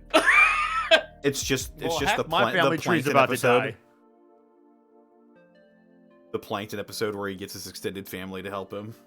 Yep. Oh my gosh. All right, I get it. All right, I get it. Hold on. All right, I get it. Sorry, I voice cracked there. I could have did a good Plankton. Sorry. Because there's what? Mom, dad, uncle, uncle's kids. That's 2 of them. Sister, younger brother, and grandma. That's 8 people we have to take into. No, I'm sorry. Wait. Yes, that's 8 people we have to take into account, not including Gaius being 9. Gaius' big fat They're all group just wedding. And how scattered to the appropriate corners he's of a Elton. satyr. sorry, my phone's loud. Yeah, I'm loud too, though, so it's fine. Gaius has a younger brother. Yeah, he mentioned that. He mentioned all of his That is family not members, news. actually. Mentioned, not extended, not gave the extensive lore about them, but he's mentioned every single one. Metal Gear Cheese asks, what would your character's favorite video game be? Your only move is Favorite hustle. video game? Ooh, good one. Dark Souls. Milo, Dark Souls? Really? I don't know. That is not where I would have went. like that. I like that answer a lot. I don't even know if I hate it. I was not ready for it. Praise the sun. What, do you think he was going to say Bible Quest? I could have seen him be a Bible thumper. Oregon Trail. Milo's Crusader not Kings. Milo's not a Bible thumper in any context. Oh man, Kai. When has he ever pushed it? See. I know you're I know what his favorite game would be. I just came to me. There's 2. It would be Sea of Thieves or Black Flag. Nice. Black I could see Flag. Thieves working. I would say Black Flag, but that's just me. Yeah. Also, Bosco, you were thinking of the platformer. It was Noah's Ark, but it runs in the Doom engine. Yep, I remember that. Ooh, That that's one. nice. Yep. That is fucking a Milo game right there. There is hang on. There is an FPS Not Doom. It was a Quake-like. I think it was actually a Quake clone, where you could play as an angel or a demon, and you had just different variety of either like horribly satanic, dark projectile weaponry or super light-based holy weaponry. Painkiller? No, it's not Painkiller. This was like it's for the church household or whatever. Like you could play as a demon, but you would automatically lose when you got to your ending because it had to be like an uber Christian game. I can't remember what it's called, but it was weirdly fun. Can I give Milo one more suggestion for a game, and then I will shut the fuck up? Sure. ActRaiser. I could see that. I could see that working. Mm-hmm. Interesting pick. It's one of Aki's favorite games, actually.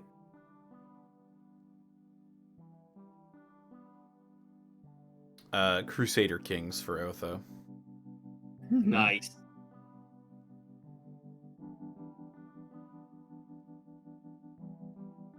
It's basically what they're doing right now. Mm-hmm. Hey, we're building up a nation. We've been playing a 4X game this whole time. I've been playing Smash Brothers. Did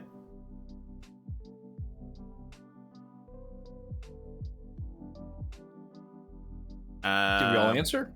I think yeah, so. We did.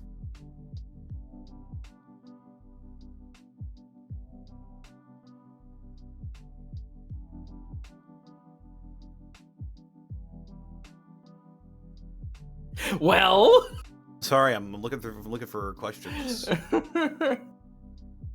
Starting to cherry pick a little bit from the last hour here. I feel like we might have gotten this question before, but fuck it, I'll read it again. Bosswood Cake asks, what would the player character's main Pokemon be? Now, you're not asking this question because I've been working on Fakemon for the past 72 hours, right, chat member? You're not doing this on purpose, right? You're trying to see if I could flub myself with Fakemon versus actual source material. I see what you're doing, chat friend. Fuck you. And I... All right.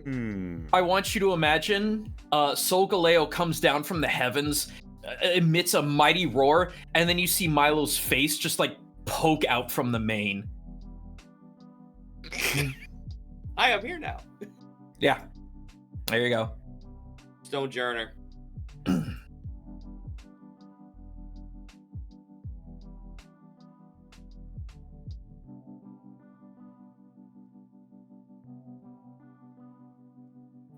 Either Stonejourner or Machamp.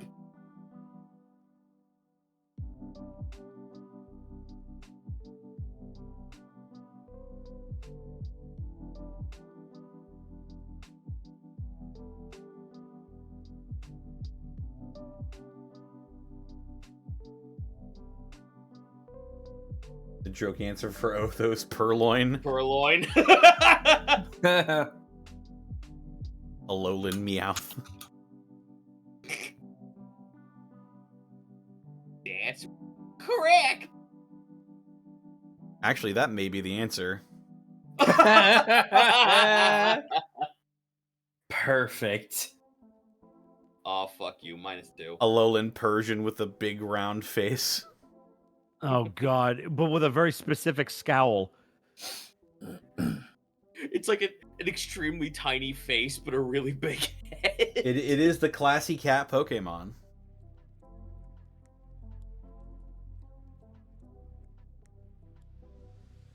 High with the Wigglytuff? Where's your logic there, I don't... friend? Okay, hear me out.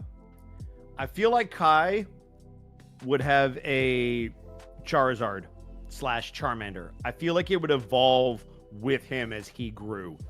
All right. Because remember how cute Charmander was with the flame and the tail, and then he grows into fucking Charizard? Like that arc, that's what Kai needs to become. He needs to go from like the timid little Charmander who's on death's doorstep, and he needs to turn into a fucking beast that's iconic and legendary. Yeah, but as you get... And doesn't listen to anyone. I was about to say. No. Charizard listens to people. Well, no, hang, hold the fuck up. Charizard was the reason Ash didn't win the first Pokemon League he went to. Because he was an obstinate fuck. True, but he learned, did he not? He learned only after almost dying a second time. Right, so sometimes you need to go to the edge before you realize, oh, that's enough. Sometimes like getting waterboarded. Sometimes you gotta get waterboarded before you go, all right, my bad. Wow. But Kai did die, someone said in chat. No, they haven't. They were in stasis. There's a difference. Well, yeah, technically that is not the same. Fucking god. But what is stasis if not being inside of a Pokeball? There you go. All right, so we out here. Right, the first one that came to mind for me was Charmander to Charizard, but maybe there's a better option out there. But that's where my brain went. No, that's fair. You don't have to fucking like do homework like the rest of us psychopaths. You can just pick what you want. Look, man. It's not as easy where it was just like, oh yeah, Remy, Corviknight, done. I mean, I've been taking the easy way out. Yeah, you picked a legendary. Shrug. It is a Lion of Light. Don't know what you fucking want. Fucking there's Milo, you know what, out. To be fair. Milo out here on Smogon, fucking playing competitive.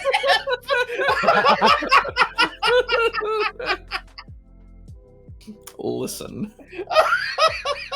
I can't believe Gaijin hacked the game.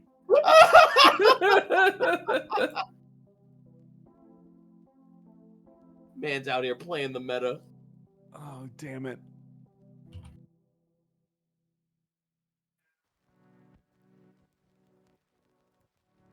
I think we got our answers out. Mm-hmm. Yeah.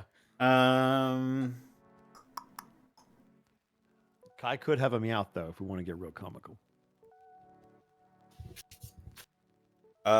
Your Conscience asks, what is one above game theory that you have about any of the mysteries that currently exist in Campaign 2? I already know one of Connor's big brain theories. Yeah, one of my theories.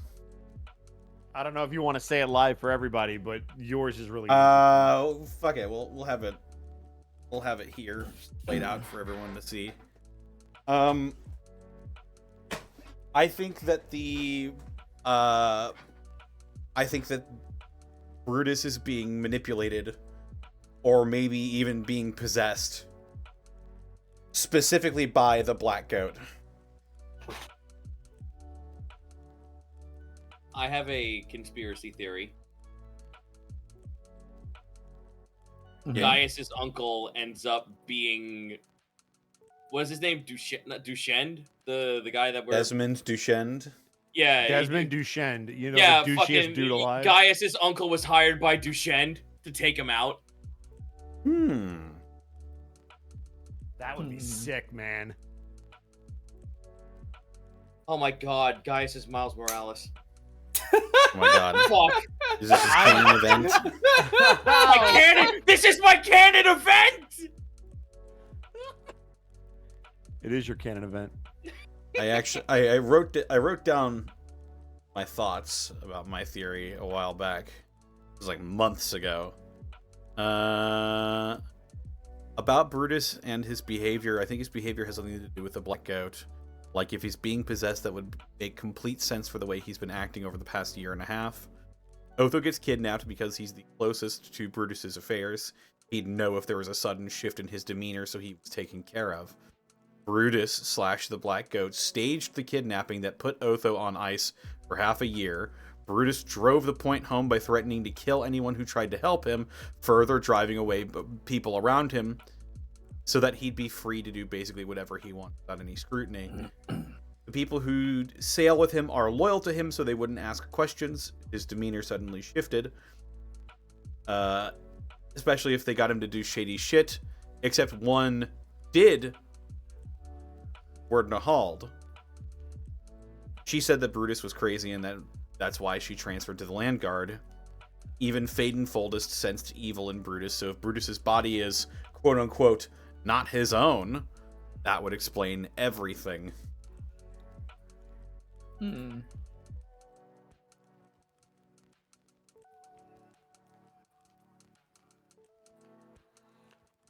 That's my tinfoil hat. There's above game. There's a large part of me that hopes you're wrong, not because I don't think it's cool as shit, but because sometimes I just like assholes to be assholes, and I just really need him to just be an asshole. Oh, really? A character just being an asshole? That's crazy. Who would?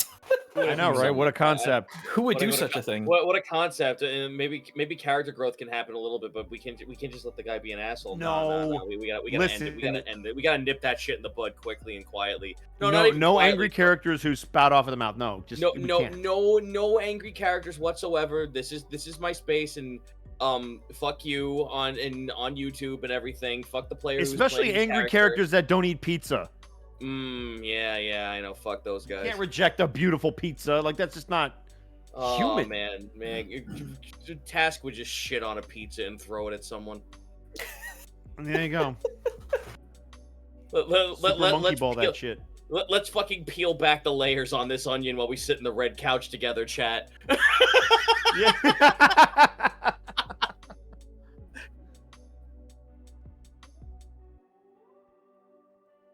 I'm be real with you. I don't have any conspiracy theories, and I don't want to think about any. It's fair. Because the weird thing is that like Milo has everything yet nothing at stake in this campaign right now. It's like he has his own. He feels very responsible for a lot of different things, but they're so grand in scope that it kind of doesn't matter with what's going on right now. So, I don't know, it's really general. And he's just kind of going where fate is taking him to go. So I don't want to sit here and ponder too hard about who done it, who could do it, and whatnot. Because I feel like that would dilute any sort of genuine surprise he might have. Because he's also not super smart. He's also barely an adult. And not only that, but also a relatively naive adult. So I just don't think I don't know. It's just not something I ponder too heavily. Would you call me a son of a bitch if I did a meme response into everything you just said? Go for it. Luigi, who really died then? Who came back? That was for like the 5 Vine Sauce memers out there. You're welcome. The one thing that I am incredibly curious about is the lingering undead, yet they are broken and like that they have control over their own soul. I'm extremely curious where that goes. We basically just created a whole entire fucking like country full of Sir Daniel Fortescues. Oh my fucking god. Thank God I'm not the only person who fucking put 2 and 2 together there on that one.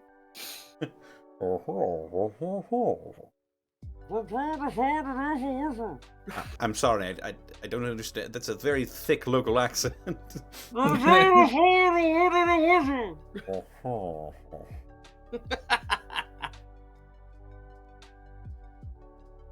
Yeah. Anybody else?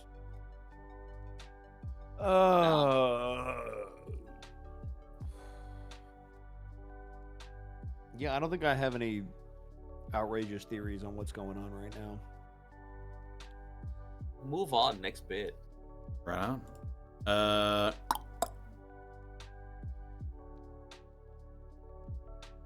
Only number 1 asks, so every character has concepts / ideas that don't make it to play or don't make it out of the first few sessions.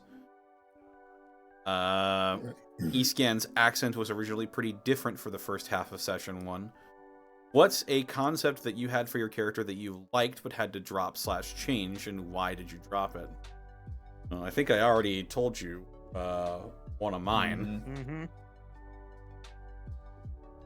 Also, was Escan's accent different in the first session? I didn't think so. I didn't think so either. I think Mark might have been trying to find. It might have switched a little bit, but not much. Yeah, I'm like, pretty I don't consistent. see a very massive difference, but it was probably just an exploration difference. Trying to slide into those shoes a little bit. Yeah. Yeah, because that accent is based on a friend of his, so he would have had the same point of reference the whole way through. I think the only thing that changed out the concept for me not playing Gaius was, I think Monty told me that someone in the party was gonna play a rogue, and I'm like, oh, okay. Like, that was all that it was. For me, it was a completely different character. And I don't necessarily want to spoil it here. But I loved the concept, but it was so out of left field and didn't make sense for the world. But that was, for this character, that was kind of the point. But I could see how it would have been an extreme, and I mean an extreme, fish out of water character. Like, in 3 to 5 different ways it'd be a fish out of water story. So I just wasn't able to really explore that. With that, I'll be right back one more time. Excuse. The only thing I could think for Kai outside of his class changing as much as it did in construction, because he was very different 3 different times. So that was a roller coaster in and of itself.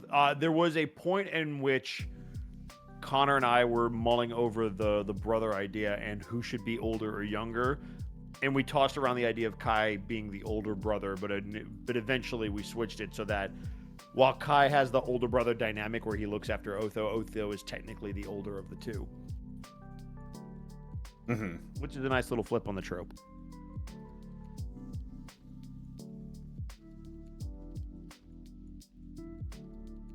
For those of you who have read the Invincible comic, I think their dynamic is pretty similar to Mark and Oliver. I don't think I've read that, but now you have me curious. Comic.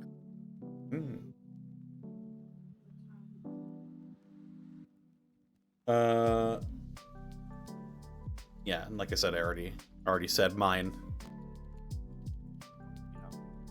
Did everybody go? I think that's everyone. I think so. Yeah. Yep. Yeah.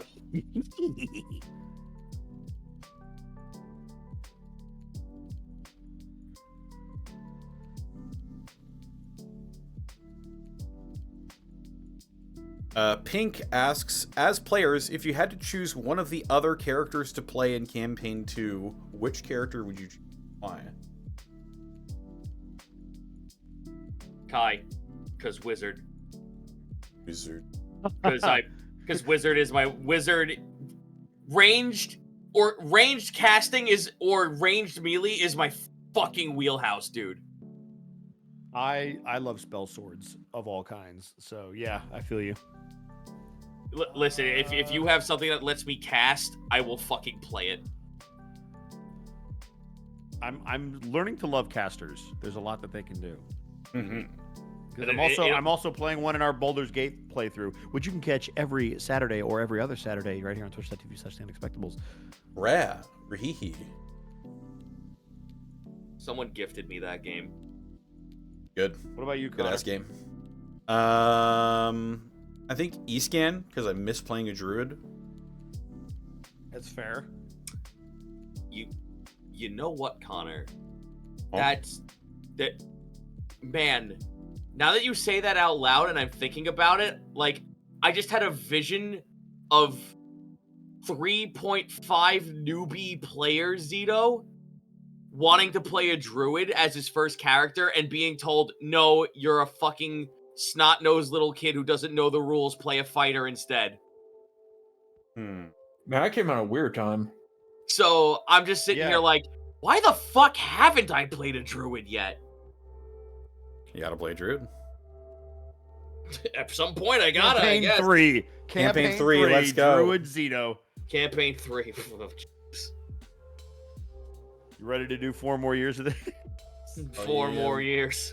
It's like a fucking 4 more years. It is like a six. presidential. There you go. Gaijin, if you could play one of the other PCs in Campaign 2, who would it be? Gaius. Ooh. None. Okay. Because remember, Zito, we had a quick little back and forth about who was going to be the Marshall character. Yes, It's we true. Campaign 3, And, Plasmoid Druid. I would also be inclined to say Gaius, but I would also be inclined to say Otho, because I really, really like the Mastermind Rogue, and I think it's super underutilized. Mm-hmm. And then I wouldn't have to get shit from all of you about giving the help action. It's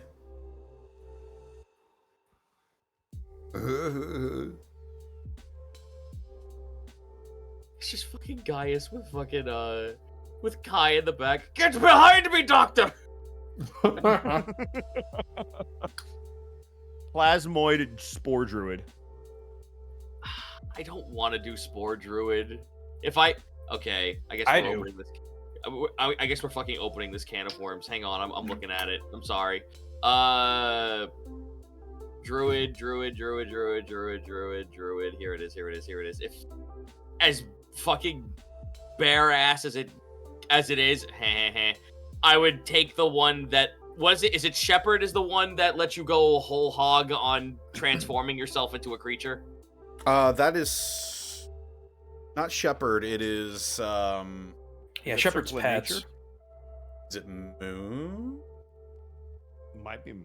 No. Wait. Yes. Yeah, Moon. It's Moon? Yeah, I would go Moon Druid. Moon. I want a dude who just like I just want to play a character who is just like I don't know what the fuck I am, and that's the best part of my whole character. So fuck it. I am now a chicken. Guys, why is the druid a chicken? I am now a bear. I am a He's a chicken. bear. I am now a wolf. I am now a You know worm. there's actually 2 wolves inside of you. And I want them both to shut the fuck up because they both contradict each other all the time. Yeah, I fucking can't stand it. Get off my shoulders, fucking feline. Fuck. You should relax. You should be working. I wish you both would shut the fuck up. There are 2 wolves inside of me. They won't stop having sex. Keep it down. Let's see here. Thanks, Daffy. Shade, Vagabond of Lyzend, asks, what would your character's favorite anime be? Oh god, Oh, do I have boy. to answer this one? I haven't watched anime in years, man. Oh, excuse me. Damn. Can I just say Avatar to be the shithead and just walk away? Dude, Avatar's not an anime. Dude, Hajime no Ippo. It's Boxing. literally just I know, it's that's the boxing one, isn't it? Yeah, it's like I the know that biggest one! fight. It's like the biggest fight anime there is. Oh wait, no. All right, Zito, roll with me on this one, okay? Okay, I have a real answer, but I'll roll with you. Gauntz. Okay. Okay. That's a pretty good answer. But I want you all to just see Gaius with a fucking lackadaisical, never-changing smile on his face when I say the anime out loud. Mm-hmm. Berserk. Yeah, that's Yeah. perfect, actually. That is perfect, Yeah. actually. Do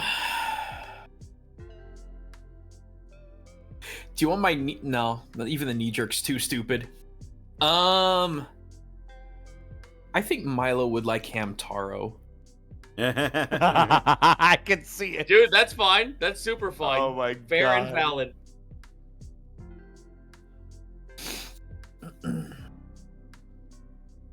Oh yeah, Baki the Grappler. That's Yeah, also a good one. But see, you guys are all giving the good and correct answers.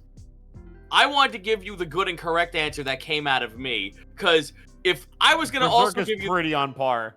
Yeah, Berserk is pretty on par, but if we were not gonna just talk about his like let's say giant form Gaius is Berserk. Regular ass Gaius is Cromartie High School. Fair. Also, Zenlita, Nichijou wouldn't work for Milo because Nichijou is too cynical. For him, anyway. Guys, they're speaking in tongues. Someone translate.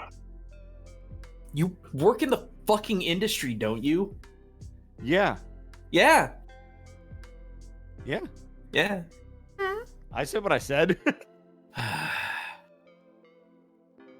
I think pretty on the nose. Othos would be bartender, glass of God. Okay. Nice. There's See, I would have taken him as a Bakano kind of a guy. That's the anime I was thinking. Everyone in Bakano is a criminal, though.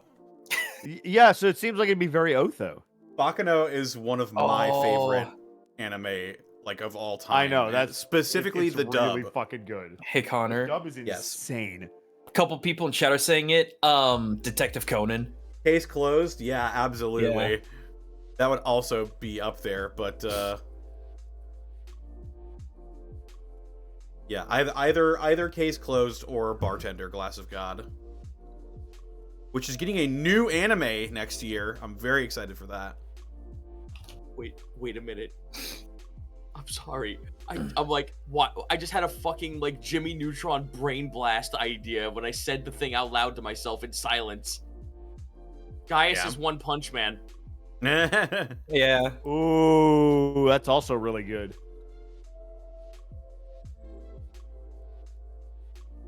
So there's a small part of me that wants to say that Kai's is One Piece.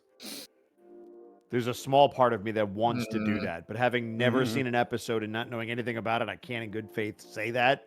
Yeah. So if I have to not go with the obvious one. Wait, what? I think I'm thinking. That was the sound of me thinking.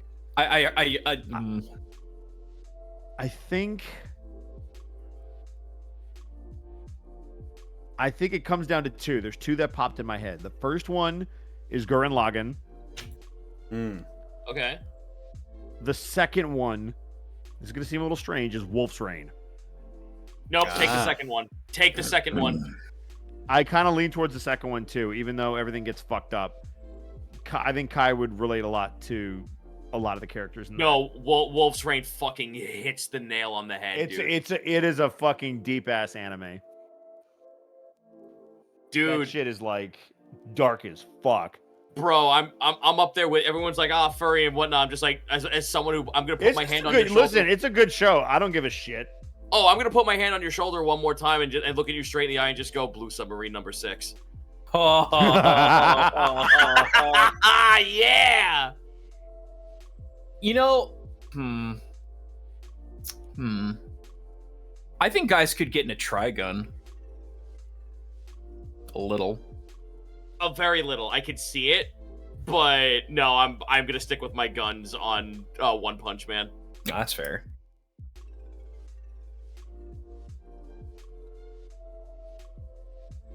Are we good? I think so. I think so.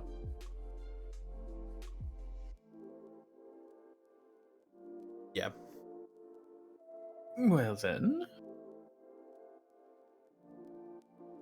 Best. Rahihi.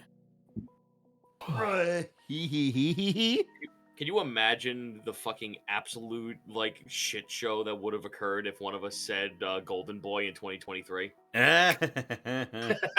know what you wanted? Do you want to know what my knee-jerk reaction was, just to get a rise out of the audience? What? La Blue Girl. Oh, for Christ's sake! Oh my god! Oh god! Jesus fuck! Hey, you want to know a Connor fact? What up? Yeah, what's the Connor fact? I own a VHS tape of La Blue Girl. Oh my god! that I acquired. You want to from know an another anime fact? convention when I was 16. I actually know what that is. Oh, fuck. You want to know something great? Huh? Oh, jeez. What? It has a live action version, Oh, Why? incredible. and it's much worse. I didn't expect you to actually have a fucking higher crescendo point, but here we are, I guess.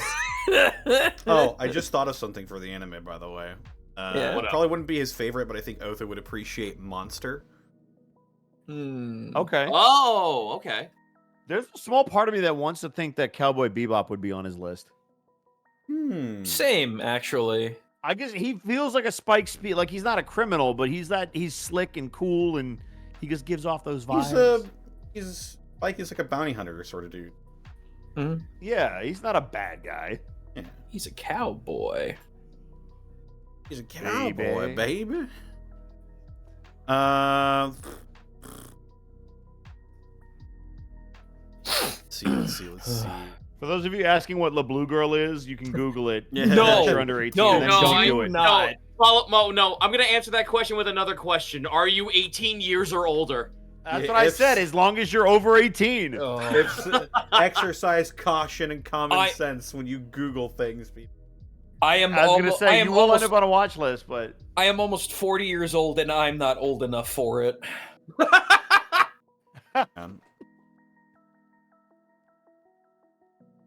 Yeah, don't Google it. Connor just shut it down. Connor slowly closing the laptop. Oh fuck! That was a clippable.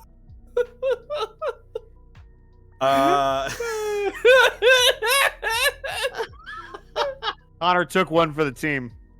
See, this is why I always feel bad when people skip out on these Q&As, because you miss moments like this. Real quick, just because somebody asked, Rat Underfridge asked, did the main cast of the first campaign have other characters they thought of playing as, or perhaps backups if their characters had died? We don't have backups for our characters. If our character dies, we make a new character when we cross that bridge when we get there, basically. Yep. We don't have backup characters waiting in the wings. Fade into oblivion. I love that game. Fade into oblivion? Oh, never mind. We told you not! God! Why didn't you listen? It's your own fault, chat. It's your own fault.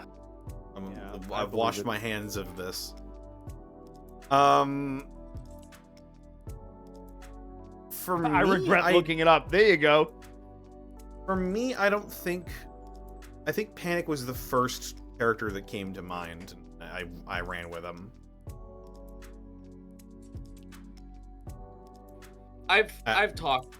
Oh, I'm sorry. No, go for it.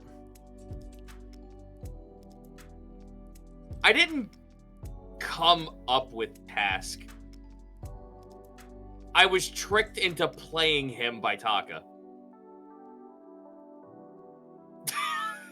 I'm not saying this to like throw Kurt under the bus for anything. I love that you're like, oh yeah, I was like, wow, okay, Kurt, we miss you. No, here's this bus for you. He invited me to play, and then he told me your character needs to be a kobold because he knew I was drawing them at the time. So he was just playing up the yucks. And then when I went to Monty and went, okay, so here's my character, and she's like, oh, did you want to play anything else? I'm like, no, I thought you wanted me to play as this. And she went, no, I didn't. I didn't like want you to be this if you didn't want to be. And I just turned and looked at Kurt, and I'm like, you motherfucker. Yeah, Kurt's over here like, what are you saying again? So Task was not there by choice, but I ran with him.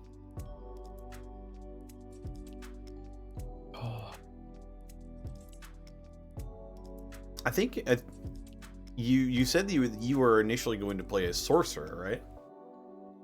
Me? Yeah. Yes. I wanted to play a Sorcerer, yes.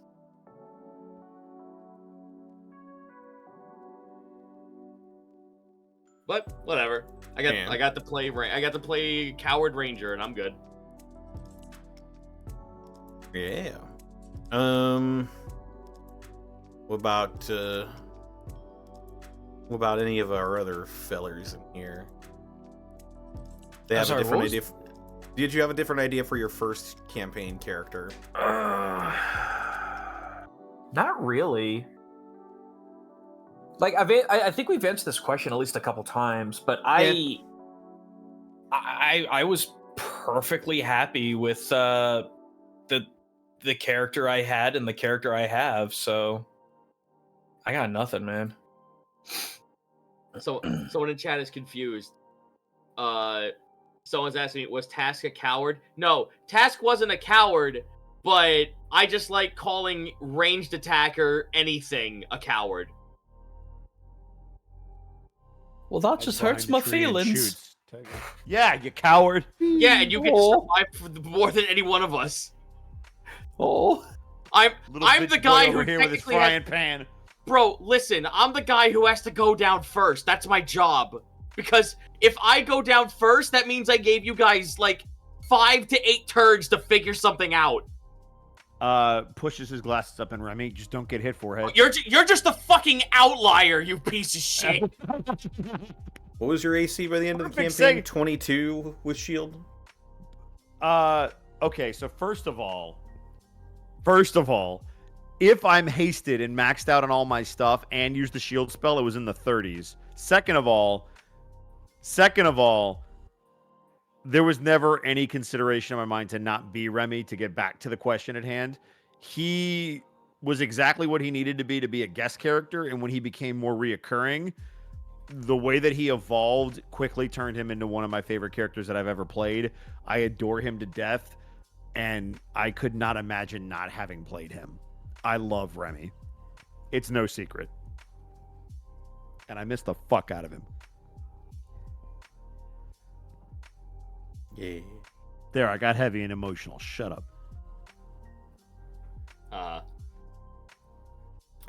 Well, we've got another question here from Toxin GX. How tolerant That's a would name. Gaius... I said that's a name.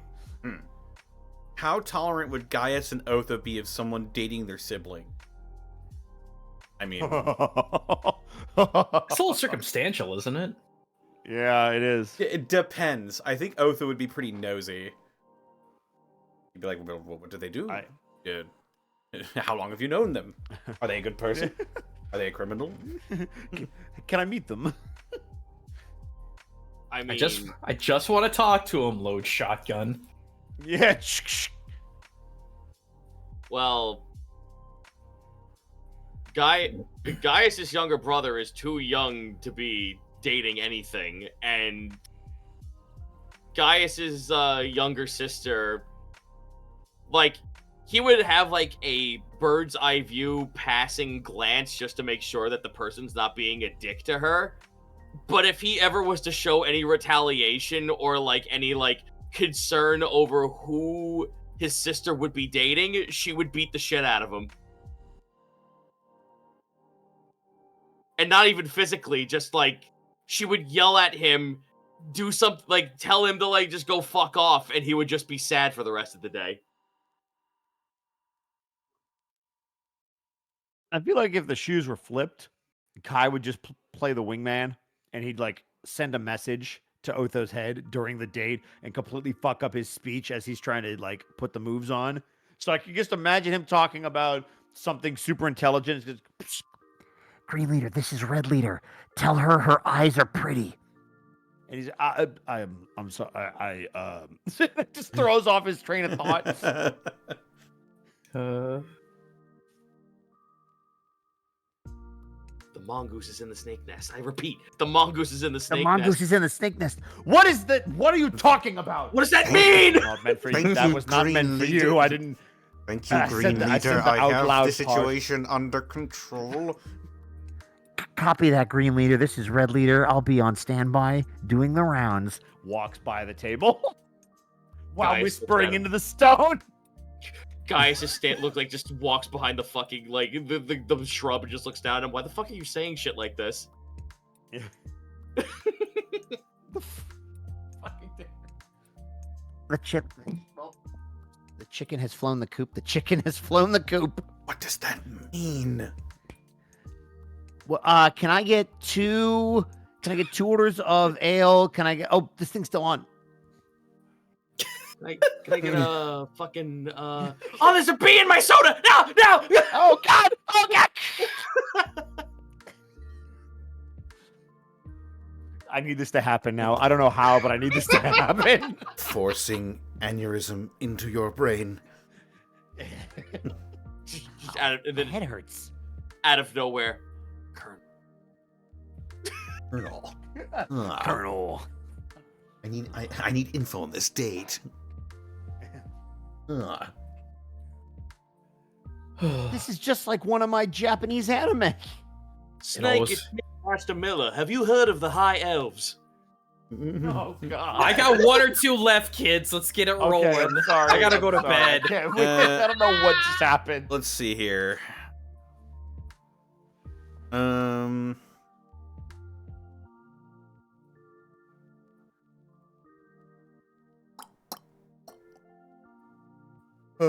looking. I don't know if I can do that.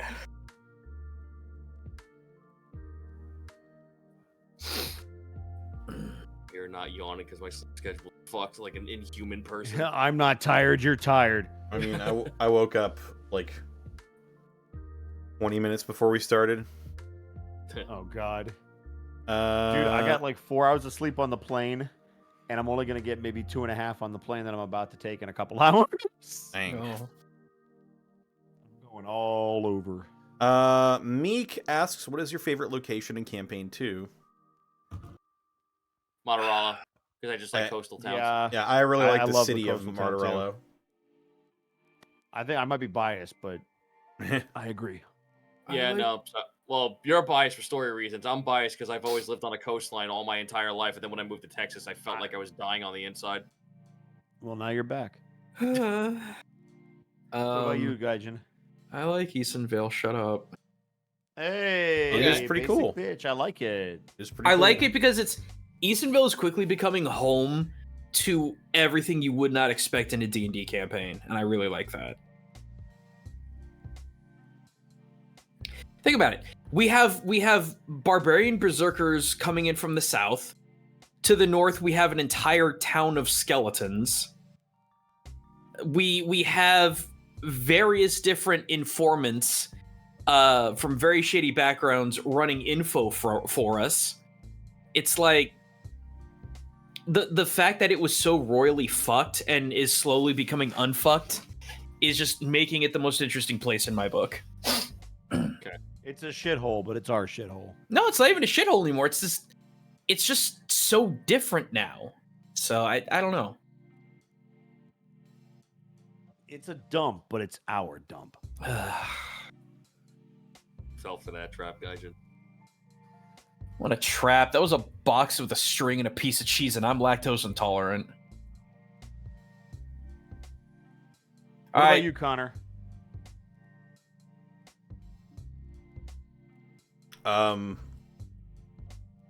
Honest. I said Martorello. Martorello. Oh, I okay, like that it a was lot. legit. Okay, Then we're good. Yep. then we're done. Right. All right, last one for me. Alrighty. I believe in you. Let's make it a good one. Gray Sky Gamer asks, "What life lesson or words of wisdom would your Campaign 1 characters give to your Campaign 2 characters, or to the second party as a whole?" Oh Jesus Oh. Christ! Oh, this is I don't have enough time. Don't get rest on the of boat. Stream. Don't get on the boat. Don't get on That's the a good one. boat. That is a good one. Duck. Boy. I don't know, man. All right, I'll start, and you just cut me off when I've said too much. So, for Kai specifically, I think Remy would give him the advice to lean on his friends more because it's important. Even more so because, unlike Remy, Kai doesn't have the same support system at home. So I think he would absolutely tell him to lean on his friends more, but to never stop following his passions because he will do great things even if he can't see what those things are right now. The message he would give to the whole party, other than don't get on the boat, would probably be to... how do I word this properly?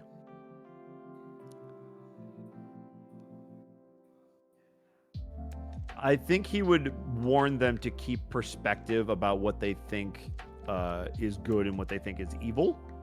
Because when you are dealing with... there was a lot of gray ambiguity in Campaign 1, and so I think Remy would have a really interesting perspective of, this might look like the bad guy, but just eliminating that threat might not actually solve the problem. So I think he would just give them that perspective of, be careful who you label as the bad guy and what needs to happen to them.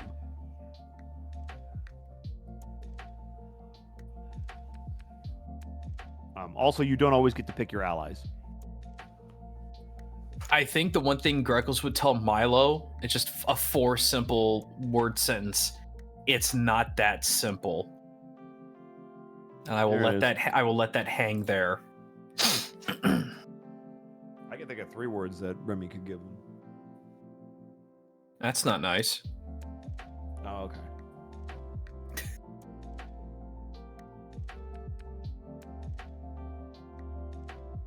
What about it, kids? I'm trying to think of what advice Panic would offer Otho specifically.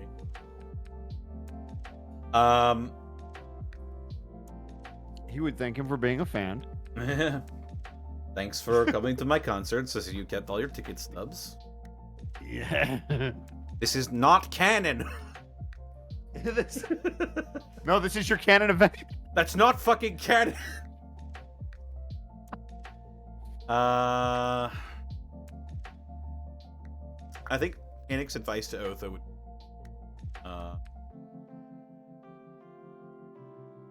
no matter what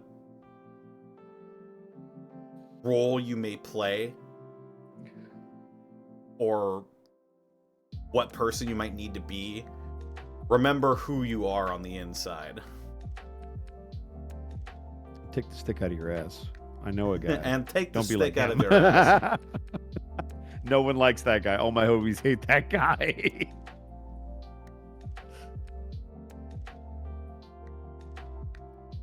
Can you say without a shadow of a doubt that your actions do not put your comrades in a situation of consequence? No? Okay, then you're fine. Is that task to Gaius? Yep. Mm-hmm. Can you say with absolute confidence that your actions will not put you will not put your allies in a place of sacrifice for your gain? If not, if not, you're fine. That's some good advice from Campaign 1, having been there and done that. Mm-hmm. It's a good wisdom. All of whom are still around. Just saying, Monty.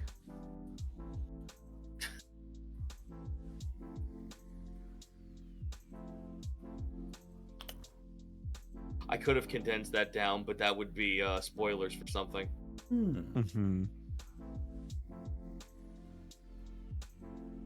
All right, Gaijin, that was the last one. All right. It was fun. Merry Crimbo. Merry Crim Crew. Merry Crimbo. We'll see you in the new year. Bye. See you next year. Bye. We've got a few more if we want to stick around. Yeah, I'm here. I'm here till the end. My sleep schedule's already fucked. I'm not going to sleep.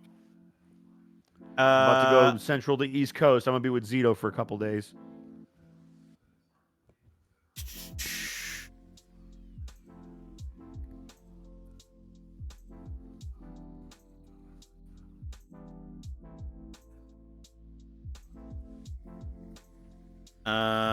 Let me scroll back up here. I skipped a lot.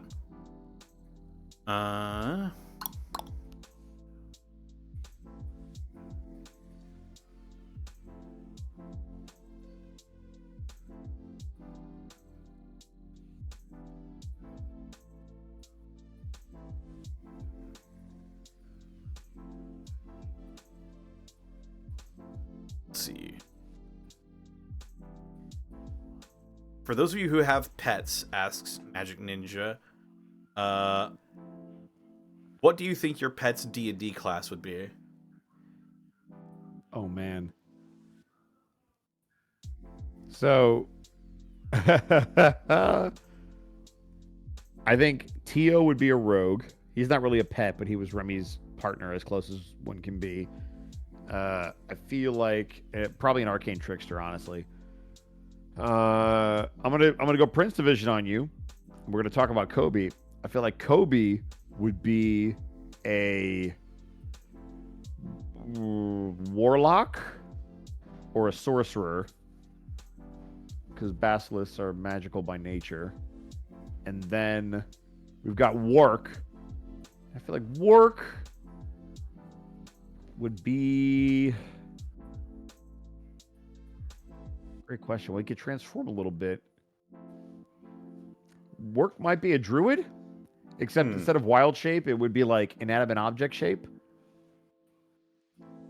But I could also see him being a wizard who just straight up polymorphs into a different thing. But yeah, definitely a caster of some kind so that he could help. That's my thoughts. Yeah, I thought we were talking about real life pets. Yeah, ditto. Oh, well, I'm out here being a dumbass. So let's start over. Oh, now I have to think. Domestic shape. Yep. As opposed to wild shape. Well, I guess Volo could also count. Volo would absolutely be a fucking cleric. Hell yeah. Work shape. I'm trying to think for my pets, man. That's harder. I've got one. Go ahead. For my money, Gino is absolutely a fighter. Nice. And Frankie is a bard. Nice. He's very because he won't shut the fuck up. Yeah. The first thing he does when he sees me when I come up from the stairs in the morning, he goes, "Haru." Haru. Yeah, he goes, "Haru." Why is your dog Richard Nixon? I don't know. He looks like him too. Haru. I believe it. My mom actually just got a new cat that I was introduced to today, and their name is Rosie, and they're adorable, but they are quick and agile and darting all over the place, so they are either a rogue or a monk, and I haven't decided yet. They haven't attacked me, so I'm going to go with rogue, because they just sneak around in the shadows.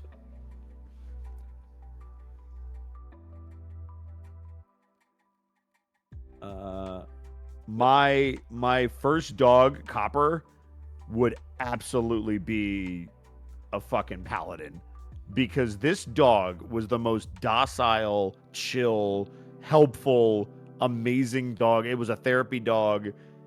It didn't matter if you had a high energy like little Shih Tzu or a big old German Shepherd.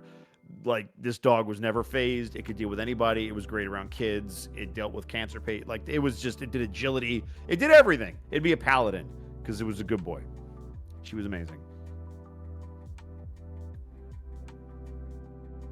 Tilda is not stealthy enough to be a rogue. She screams a lot, so I would consider that a bard, but she also, like, for being a very small cat, and just, like, everyone, the first thing everyone always says when they see Matilda is that, like, oh, your cat's really, really fat, and it's like, no, she's just really, really fluffy, and she actually, even though she's a long-haired cat, she is very muscular. Like, she is a very, very, very hefty amount of, like, muscle mass. So I would say Matilda's a barbarian.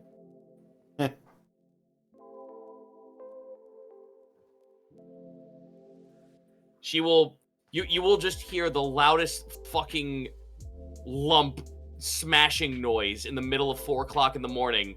And it clearly was her slamming herself into a wall, but she walks in like a complete champion. Nothing phases this cat.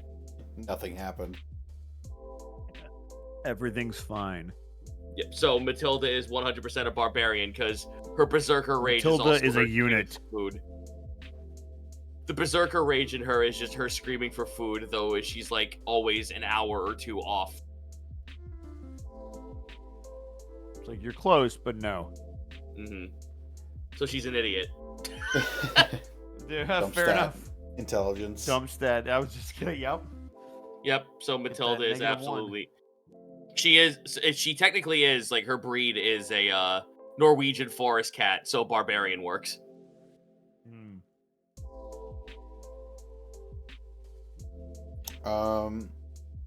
Next question we have is from Letter 19. What moment in the campaign has made you laugh the most? 1 or 2. Boy, don't ask me to remember all the shit that happened in 1. I think let's just stick with 2 for now. Okay. The funniest thing.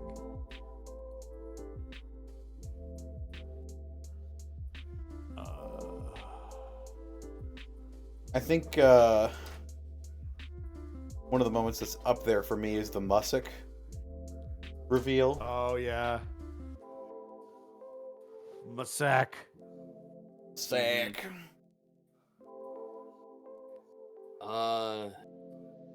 For me, it's the you know what was here from Monty. Yeah. In her fucking, but that was just so perfect.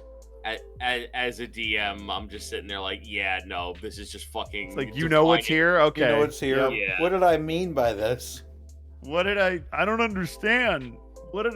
Monty, what did I do? Also, yeah, Fort Dort is another good one.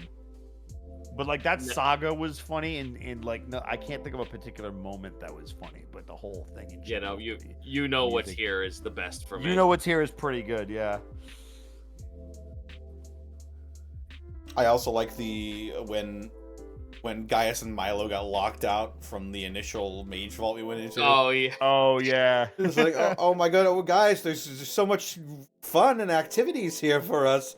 Wait a minute, Oren's in here and he's signing autographs, and you're Gaius's uncle. Yeah.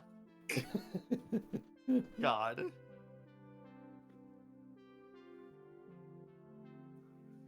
What are the odds?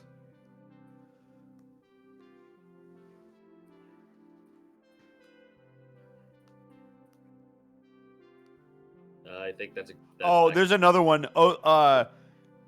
Fucking Iskon getting Otho's attention just to tell him to be quiet when they were drunk was fucking yeah. That was also really good. No. Otho. Yes, Mr. Yes, Mr. Seedlolly. Don't talk so. Don't talk so loud.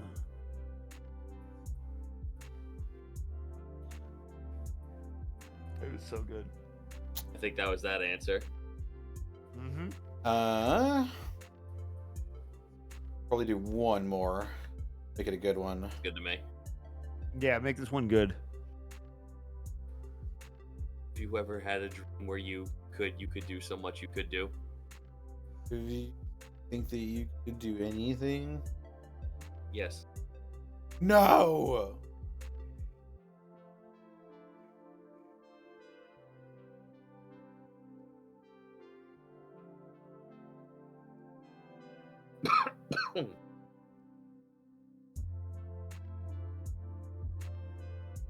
I have been very nice, and I've been staring at a bag of Tostitos corn chips this entire time, and for the sake of not breaking everyone's eardrums and ravaging this bag like a fucking animal, I have been staring at them just like, damn it, when can I do this?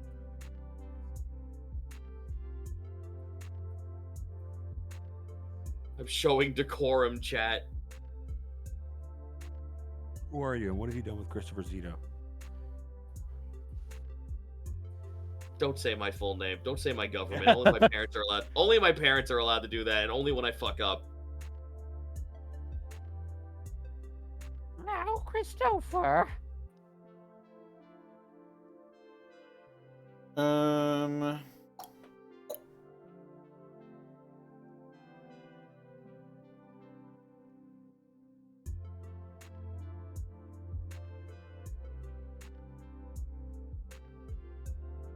Connor going deep.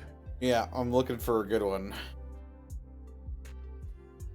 Eat the chips anyway, it'll be funny. Okay, chat, here I go. Delicious Chippo. Here I go. ASMR for you, chat. You asked for this. Here he goes again on his own. Ah, that's a good Asmer. Asmer. Just Metrion gorge Zinthos. ASMR. Back to the food.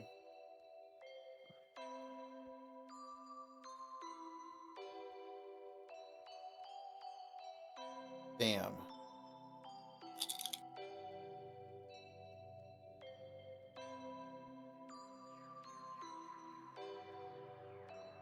Nice crunch. See, there are people who actually get legitimately upset when you do shit like this. Like, I have had people tell me on a TFS video when we were doing gaming stuff, I had like a piece of candy during one of but the fuck so that's not the fucked up bit. The bit was I was eating a piece of candy during the stream, and then someone like left a comment just like, oh, this fucking jerk off Zito with his weird mouth watering noises into the microphone. Why does he of all people need to fucking make these noises? And then you scroll down and look at the video, and it was for taste testing candy from a fucking sponsor. Like, what the fuck do you want from me? What do you want from me? Like, that's the fucking antithesis of the whole video. Some people are just stupid. Yeah, that you can't really. That's something I've learned can't from the really whole blame Joe them when they're Cat just fiasco. Some people are just dumb.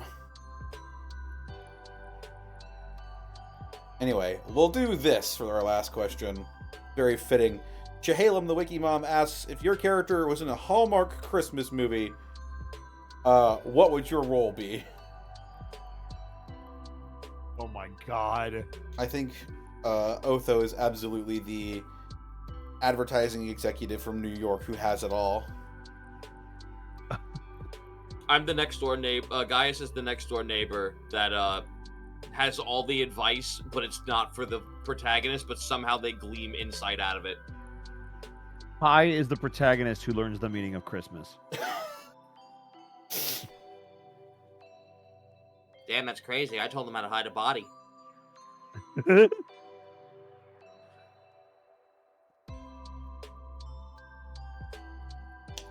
Well, we did it. Goes with that. We're gonna go ahead and we're gonna sign off for the year. Yep, it is. Yeah, for those that were asking, we are off next week as well. Yeah. Monty will continue to be recovering. We've got some people traveling. So yeah, we will be back in the new year, January 3rd. Yeah, we are still going to be I believe we're doing Baldur's Gate this weekend, right? We are, yes. Yep. Yes. We're doing it this weekend. I'm not certain we're doing it on the 30th though. We'll have to check. We'll have to check, but this is it for the campaign 2, folks. Yeah. For those of you who are only sticking around for the Unexpectables, we are off for the rest of the year, and we will return on the 3rd of 2024. At a new start time. Yeah, a new start time. I should also bring that up. Yeah. For those of you who missed the announcement, 2024, The Unexpectables 2 specifically will be starting an hour earlier. The other shows likely won't be starting an hour earlier, but for our main Unexpectables 2 campaign, going to be starting at it is 8 p.m. CST, 6 p.m. PM, yep. PST, yep. So whatever you were watching Unexpectables at, bump it back an hour. Hopefully it doesn't run into your workday. Hopefully it helps some of the East Coast and overseas folks watch a little bit more of the show so you don't have to duck out at halftime. Yep. And yeah, it's certainly going to help the players because we have somebody on the East Coast and a couple people in the Central time zone. And yep, it'll give us way more of a buffer. I might be getting a job. Yeah. It also means if we run over, we have more buffer. Yeah. Well, In the meantime, I suppose we should go raid somebody. Who do you think we should raid? Who's up and about? We've got Question. I got a Barrow. We've got Bracky. Ugh. We've got Sci-Fry. I was looking at Sci-Fry because we haven't Got raided him. a friend of mine, Miss Ziggy Stardust, otherwise known as Kira Buckland. I also have have them Kira as on well. my list. I mean, I don't know if we've ever rated Kira on this before. I don't By think the we way, have. fun fact about Kira Buckland, I got to ride in her DeLorean. Yes, she owns the DeLorean. Yeah. Crazy. It's really freaking cool. Fuck it. I think we have. Sure. Yeah, Let's let's raid Kira. Yeah. Notably, the voice of Jolene Cujo from the JoJo's Bizarre Adventure Part 6 dub, Indeed. and also 2B from Nier Automata. See, at least Shahalem understands what a DeLorean is. So Zen, a DeLorean is the car that was used in Back to the Future as the time machine, but it's an actual car called a DeLorean. Yeah, the doors sort of like fling up instead of sliding. Yeah, they're to the wings. side. Dude, it is as cool as it feels. I will say, driving in that thing, it feels like a go-kart, but man, is it cool. Bosco, I used to own a Buick LeSabre, and everyone tells me that car's imaginary. What? No, I know the exact. It's a great car. It's also got the 3800 engine in it, which is I one of the know. greatest engines ever made. Why Oh did my fuck! I still folks have the tell me LeBlue in Girl college? tab open. Jesus. Oh no! Close that tab and never look back. What's the raid message? What should our raid message be? Don't look up blue. Don't look up a blue girl. Don't Google the blue girl. Back to the Future. Merry Christmas. Yeah, let's go with Merry Christmas. Merry Christmas. Merry Christmas. Now let me tell you about how the fucking Santa Elf Goblin Wars went down. Nope, we're good. We're gonna get the hell out of here. Let me hyperfixate about the Santa Elf Goblin Wars. Grandpa Zito needs to get his nappy naps in. We'll see you next time. No, I will be heard. Yeah. I will be heard. Okay, Take Grandpa, care, let's go to bed. Happy holidays. Bye. Come on, Grandpa.